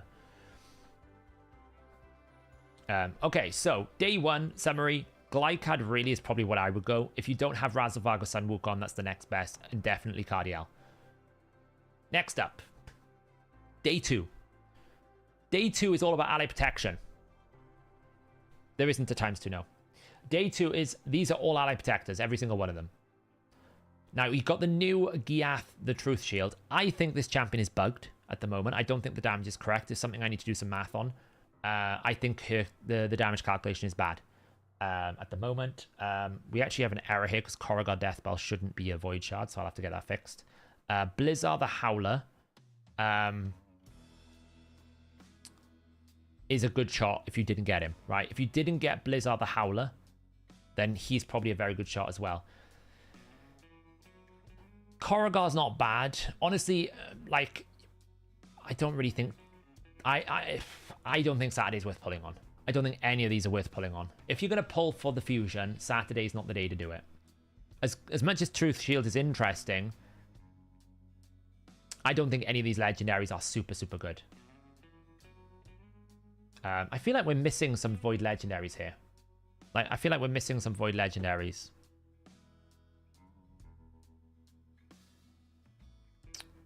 Let me check. Yeah, we're missing a bunch of champions here. Like, there should be Krisk and there should be Necrat. So I'll have to get that fixed up. It's just an error on the webpage. So I can fix that in a moment. I'll do it after stream. For the non-voids, which is what we're seeing in here, not the voids, bit of an error. It's Think Track Void. Yeah, it really just depends if you're trying to fill out the gap. If you're trying to get, like, probably most people will, if they're summoning on this day, are going to go for the Truth Shield, right? Probably going to go for the Truth Shield. In terms of the epics, though, Taragi's the best epic ally protector. Might be quite good if you're trying to do some Cintranos. And White Dryad Near for Void. For the Voids, there's Krisk and there's Necrat. Honestly, both of those Void legendaries, I feel like personally, might be a little bit late. Like, Necrat's great. He's very useful, but he's losing his spot to the Mythicals and stuff in the meta. So, yeah, I mean, the Voids are maybe better. I think Cardiel's way stronger than both of them. I would not, personally, if it was me, I wouldn't be pulling on this day, no matter what state of the account I'm in. I would be pulling on a different day. I feel like there are better legendary options. Just save your shards for Friday or Sunday. I wouldn't pull for this. Obviously, you're going to have to pull because you're going to do it for the fusion, so you want to use your shards properly. But if you were to do it, probably the Truth Shield or Blizzard, Krisk or Necrat, whichever takes your fancy, and then Nia down here with Taragi. Now, Sunday. Sunday is all about continuous heals. These are all continuous heals champions. Now, Sunday is better. Much, much, much better. We got Elva. Absolute solid carry. Very, very frustrating to fight in arena. Very good in lots of places. You've got to watch for continuous heal passive, but super healer, super cleanser, super buff support, super champion. Bad Alcazar, solo god. Oella, absolute god at healing. I use her in my Doom Tower climbing team, Iron Twins team. I use her everywhere. Used to be my Ice Golem team, but I've taken her out of it now to speed it up. Noct is kind of niche use in Sand Devil. Lady of Erath we forget even exists, to be honest, because it's kind of a trash champion. It's basically like a golden apothecary.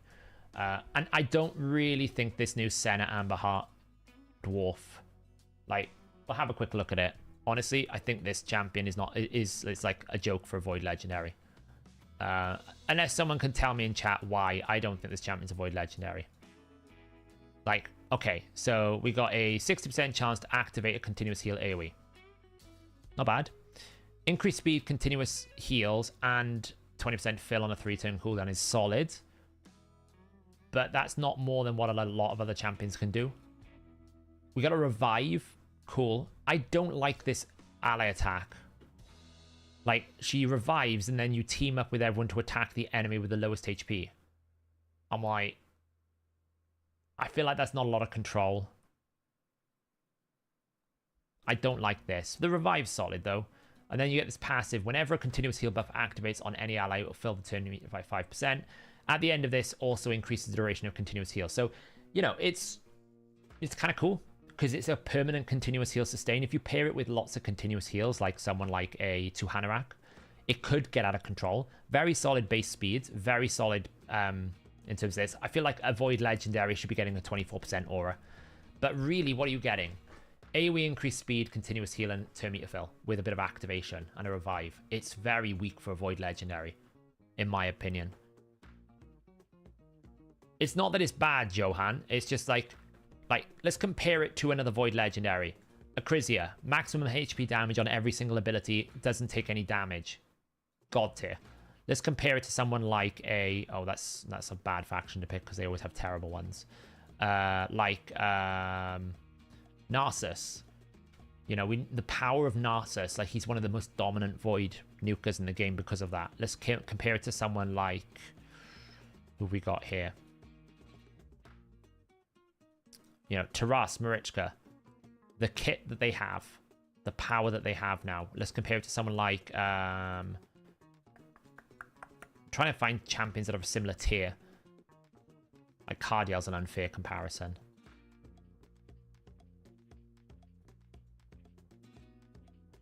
I mean, I don't have to always look at this. Like Sulfurion, for example. HP burn. Then everyone gets a shield. And we activate the burn. We got a revive, but an extra turn revive. We have every time a burn activates... every time we place a burn, we fill turn meter. When the HP burn is activated, we get pretty much a full heal. We also get, like, you know, like the power of this is way stronger, I feel like. It could be after someone's play tested it gets a bit better, but, you know, it's like a 4-turn revive. Okay, cool. Not bad. It's just a bit... Like, continuous heals, and I'll tell you why I don't like it with continuous heals. It's always based on the target's health, which is a bit weak, right? Because if I've got a damage dealer that's got 20,000 health, well, a 15% continuous heal is not a very strong heal. Whereas if it was like 15% of my HP, then it's a much stronger heal because I can build the healer with more HP. Yeah, a Pardon. Actually, someone suggested comparing it with a Pardon or putting it with a Pardon. So he's a continuous heal, right? So each time he attacks, he has a 50% chance of decreasing turn meter. Cool. He'll attack all enemies. He'll heal all allies by 10% of his HP. So you get a better, stronger heal. And he will heal all allies under continuous heal by 15% instead. Each time a continuous heal activates by 5%, it's the same thing. And then he will remove all block buffs and heal reduction, then place 2 continuous heals, and then he has a chance of removing 1 debuff. So it's stronger than a Pardon because you get much more activations, you get much more consistency. I just don't know if it's, like, super good. Like, if you compare it to Owella, for example. Like, Owella, whenever I lose 15%, I get a continuous heal. I extend the buff of that. I heal by 30% of the max HP. I got a 100% decreased speed. I have a 30% fill and an increased resistance on a 3-turn cooldown. I wouldn't... she feels like she's a legendary, but just not Void tier. Like, I don't feel like I pull her and I'm like, oh, this is amazing.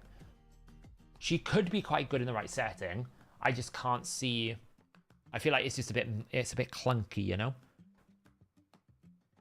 I feel like a lot of it's clunky. Like, this ally attack is not ideal.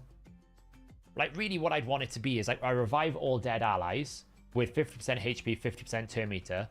Then I put continuous heal on all allies that are alive, and then I activate one. Right? That's what I would like to see. Like, this ally attack doesn't fit. This ally attack just doesn't fit. I mean, I suppose her ally attack is going to activate a continuous heal potentially, so maybe it does. Maybe that's what the concept was, like you ally attack, do some bonus damage. Could be. But she doesn't really have anything other than, like, turn meter. So, but I've been wrong about Sulfurion before. Maybe I'm wrong about this one. She's super OP for Finite 10, and in general, she boosts turn meter really crazy. Yeah, but I don't really feel like you're going to bring her for Finite 10. Bronco. I think most people won't bring her for Finite 10 if you get her. And the reason why I say that is you'll probably go towards more like a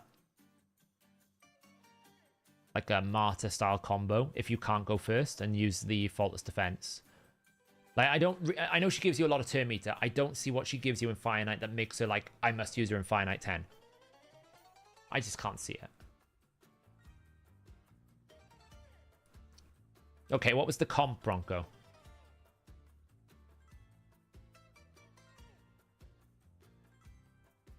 What team did he put her in?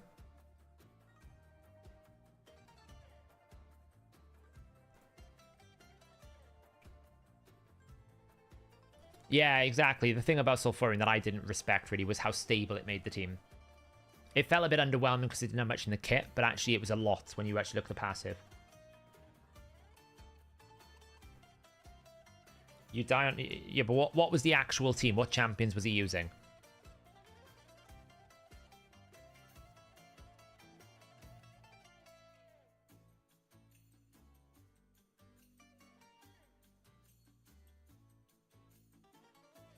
Yeah, Krisk is very good when you're progressing. Krisk is great because he can be thrown into any team and he will give you everything you need.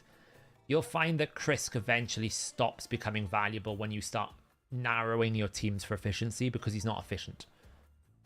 Stag Knight 2 Cold Hearts Mikage. Okay. I'll have to check it out. I don't know. I just feel like most people aren't gonna deviate towards that kind of plan with her.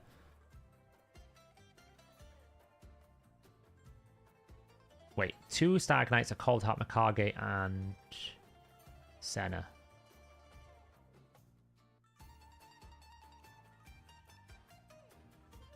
I guess.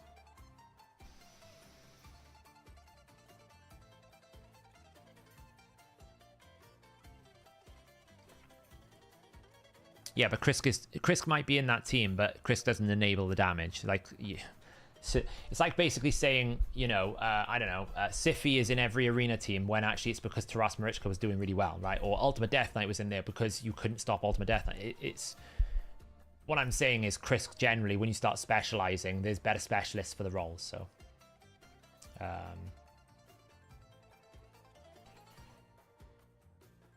So yeah. Yeah, like Grisor, for example, is a much better option.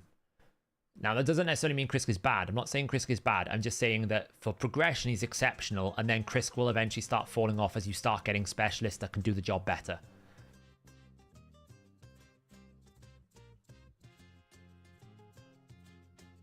Do you not find, though, that you'll just generate so many continuous heals that you don't need, that you just are essentially wasting buff spots? Bronco, do you feel like that you might end up having a problem where if you don't bring lots of buff extenders, you won't have space for things like increased attack, increased defense, because she's just constantly adding continuous heals all the time?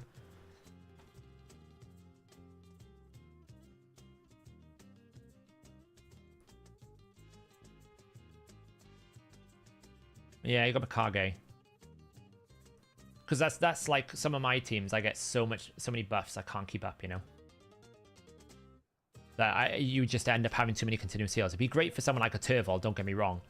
But I do worry that you just like basically you're getting lots of buffs you don't really care for. She is potentially very good for turn meter. But you got to remember, this continuous heal only works with an A1. If you think about it, because when I start a turn, my continuous heal procs, so I don't actually get 5% turn meter fill because I'm at the start of my turn, so I have no turn meter. So this only works when someone else activates the continuous heal, this passive.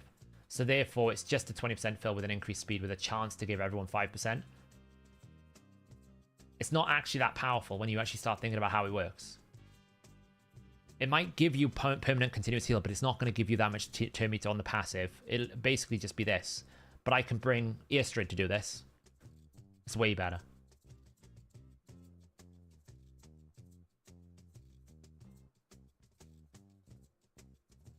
Oh, it fills all. Okay, that's better actually. No, let me get that right. Yeah, it fills all. I'm misreading it. Okay, yeah, so that's not bad. So if I have 6 people, I'm taking a 30% fill every single rotation. Yeah, it's actually quite strong then. It's actually quite strong, yeah, because of that. Yeah. It's per allies. Yeah. Yeah, we'll see. We'll see. Do I think she's pickable over these others, though? I would still take Hanorach. I would still take Hanorach. Personally. I think Hanorach is just better because you get block buffs, increased speed, decreased attack, debuff spread. I think overall, Hanorach is a way better champion than Senna. So if I was choosing between the two, I'd pick Hanorach. Personally. And if I was choosing the legendaries, it would probably be Elva that I go for. Because I think Elva has more... The Revive has more utility. So Elva, I think, would be the one I would go. Would you pick Hanorach over Cardiel? No. Cardiel's the top 5 champion in the game.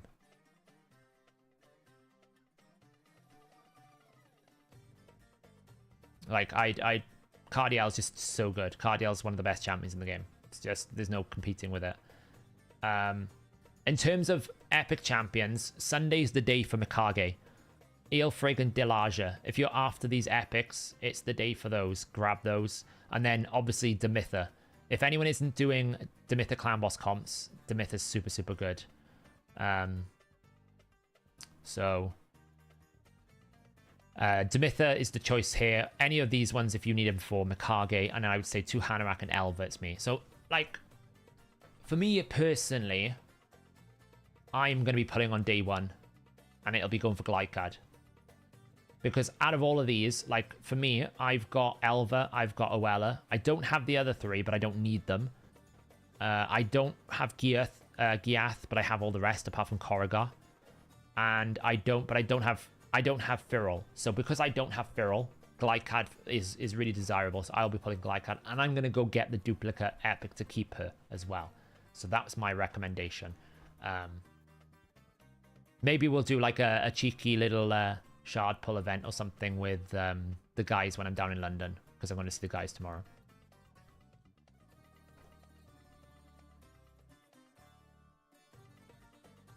I'm with you all the way, Short on Skills. With you all the way. Right, so I'm going to spend like 10-15 minutes doing a quick gear cleanse to basically get rid of... Just to try and get this done, because this is the only thing I need to do. I'm not on the online tomorrow because I'm obviously away in London, so... That is something that I am considering. As you can see, I've got no space again, and it just continuously keeps getting worse and worse and worse. So somehow we need to do a gear cleanse here. I don't know how we're going to do it, but we're going to do it anyway. First things first, let's pull out some gear from here. I think I can just do artifacts and pull some of this newer stuff. Let's see if any of this 5-star gear is going to give me anything good.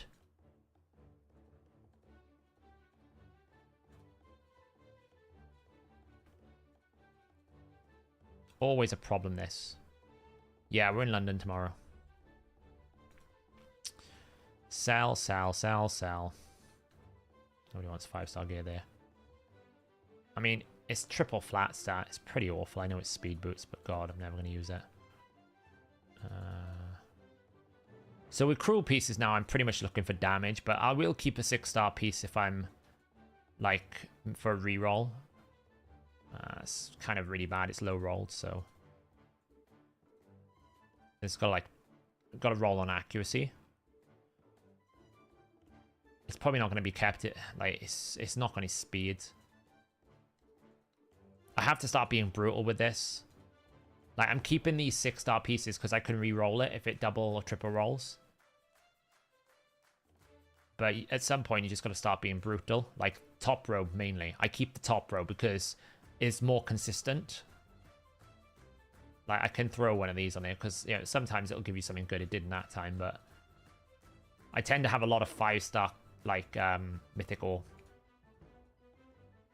I'll keep the speed boots, though, because you never know when you need speed boots.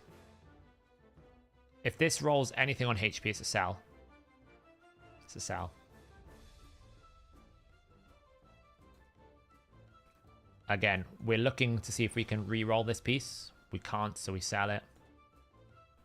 Same here. I'm looking for... I mean, if it rolls speed and crit rate on a 5-star, it can be quite good. But it's low rolled, so... Like here as well, like I'm really looking to see if it can, like, I can get some either triple rolling or... It's probably worth a shot. This low roll is pretty bad.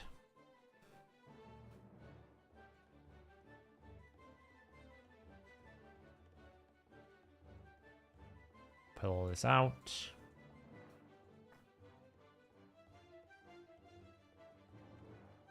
So far, we sold everything then, which was phenomenal. Okay, what do we got here then? HP, kind of looking for speeds. I really don't keep... I get so much stone skin and stuff now, I don't keep any gear like this. I don't even reforge this stuff. I just do Hydra every week and get the rewards. I won't be in London next month, I'm afraid. Rare do I leave the house? Is using Crushing Rend up to 4-star using on better champs like Carvelax when... is Crushing Rend up to 4-star worth using on champs like Carvelax when used in Poison Explode teams or Heaven Cast better? If you know you're going to one hit, then it's fine. Because it still works on the first hit. It's only if you need to take multiple turns. It's why someone like Seer... Hey, look, first triple roll. It's someone like... The reason why someone like Seer is so good even on a low star Crushing Rend, because the whole point of having Seer Quad roll. Oof. The whole point of having Seer is to basically one shot. So now with protection, I'm looking for accuracy rolls more often than not. Sometimes I'll take a damage protection piece, but really I'm kind of looking for like speed. Like that's pretty bad because there's no speed on it. Like this is great. Speed, accuracy, defensive stats. That's kind of like what I want. It didn't roll very well, unfortunately, so we get rid of it. But you can see all the pieces that I'm keeping are the stuff that's got speed, because that's what I would really like to have, like speed roll. No, it didn't. We'll get rid of it. Because protection now is all about buffers and speed buffing and stuff like that. Like, a good speed 9-piece set can match the speed sets of, like, singular speed sets. Whoa. Quad? I mean, we low-rolled the speed, but pretty solid, that. We low-rolled the speed, but we'll take that. Where are we at? How much did that get us? Nearly. Blow all of our silver now. What are we going to get? Hey, look, an XP boost. Let's add 1 day to 47 weeks worth of XP boost. Nearly up to a year. Okay, more artifacts, please.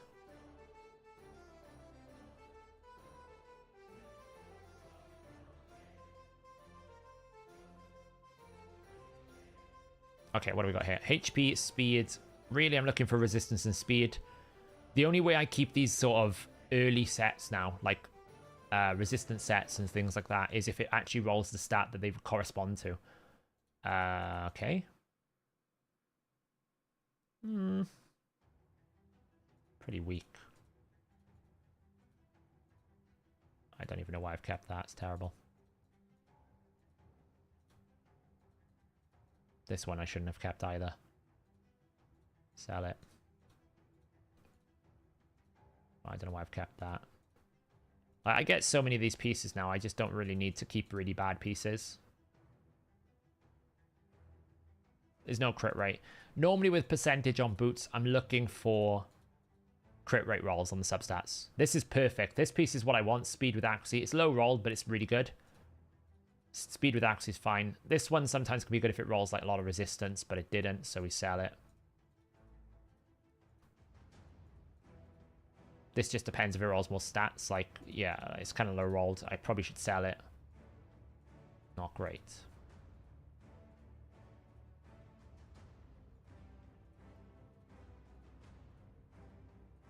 Pick up more of these pieces. All my Ice Golem runs that I had to do for Dungeon Divers. What do we got here? All these Cursed City rewards, look. I don't want them. Just get rid of them. Just eating up my inventory space with stuff that I need to keep. For some reason, accessories don't count as other. Don't really know. I am keeping these, though, because we're going to need these soon for other things.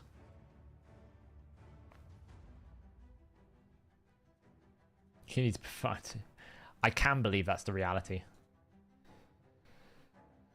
Night Acrobat, I will be joining you soon, don't worry, because I got to get up early tomorrow, so I'm going to be streaming for like 5 more minutes just to finish this event, and then we will be done. If you rework low rolls, can they go to high rolls? Yes, they can. Yeah, when you rework, it just basically re-rolls the items in the slot configuration, so it will keep where this... It'll retain where you roll the double or the triple, but the stat will change, and it will re-roll the stat.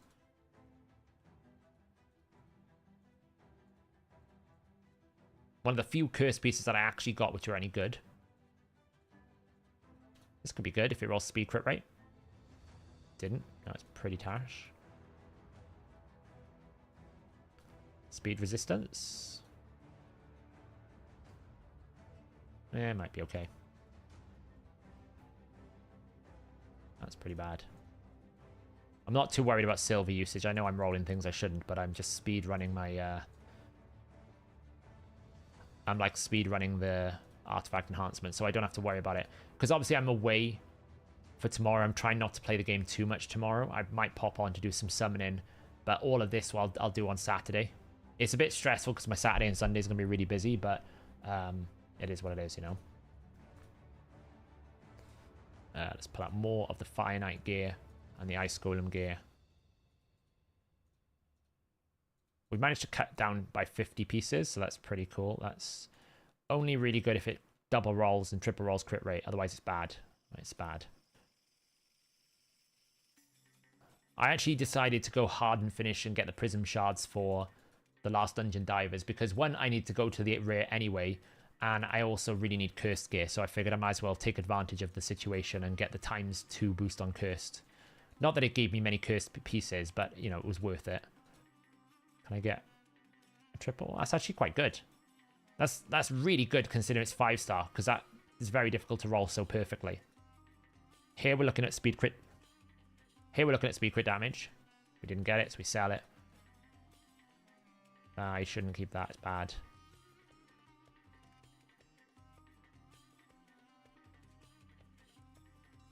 Let's see if we can just drop some gear on some people here. Like, she could have 2 relentless pieces for now. And then, like, you can have a perception piece for the time being. Oh, we don't have any perception pieces, so righteous piece. Don't have any righteous pieces, so just take, I don't know, any piece. Have that. Free up some space a bit.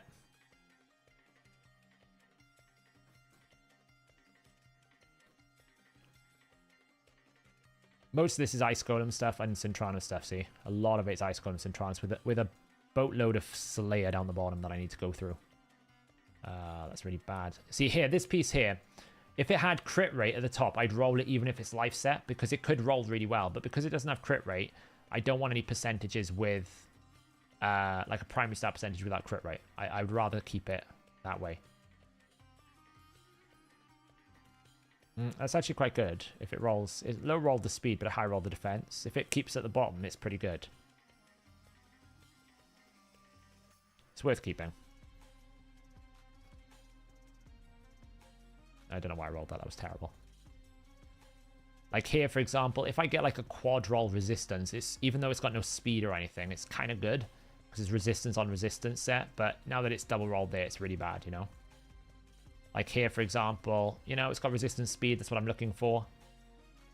I'll probably keep hold of that. You never know when it's needed. That's terrible. That's terrible.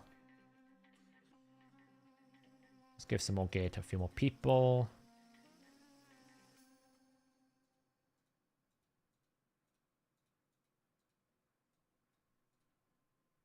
Let's put some stun gear on you.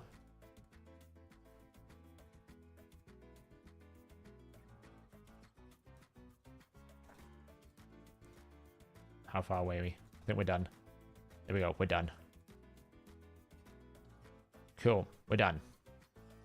We can also clear out the accessories a little bit, just quickly sell that. That. Oh, that was actually quite good.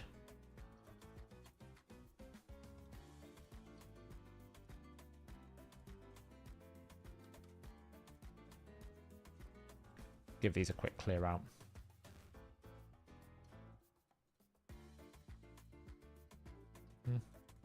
I could have worse ones.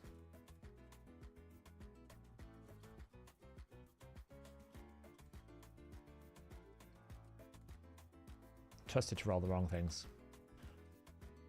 Alright, we'll keep that. Anyway, artifact enhancement done, which is cool. Let's lock out the champion that we just got.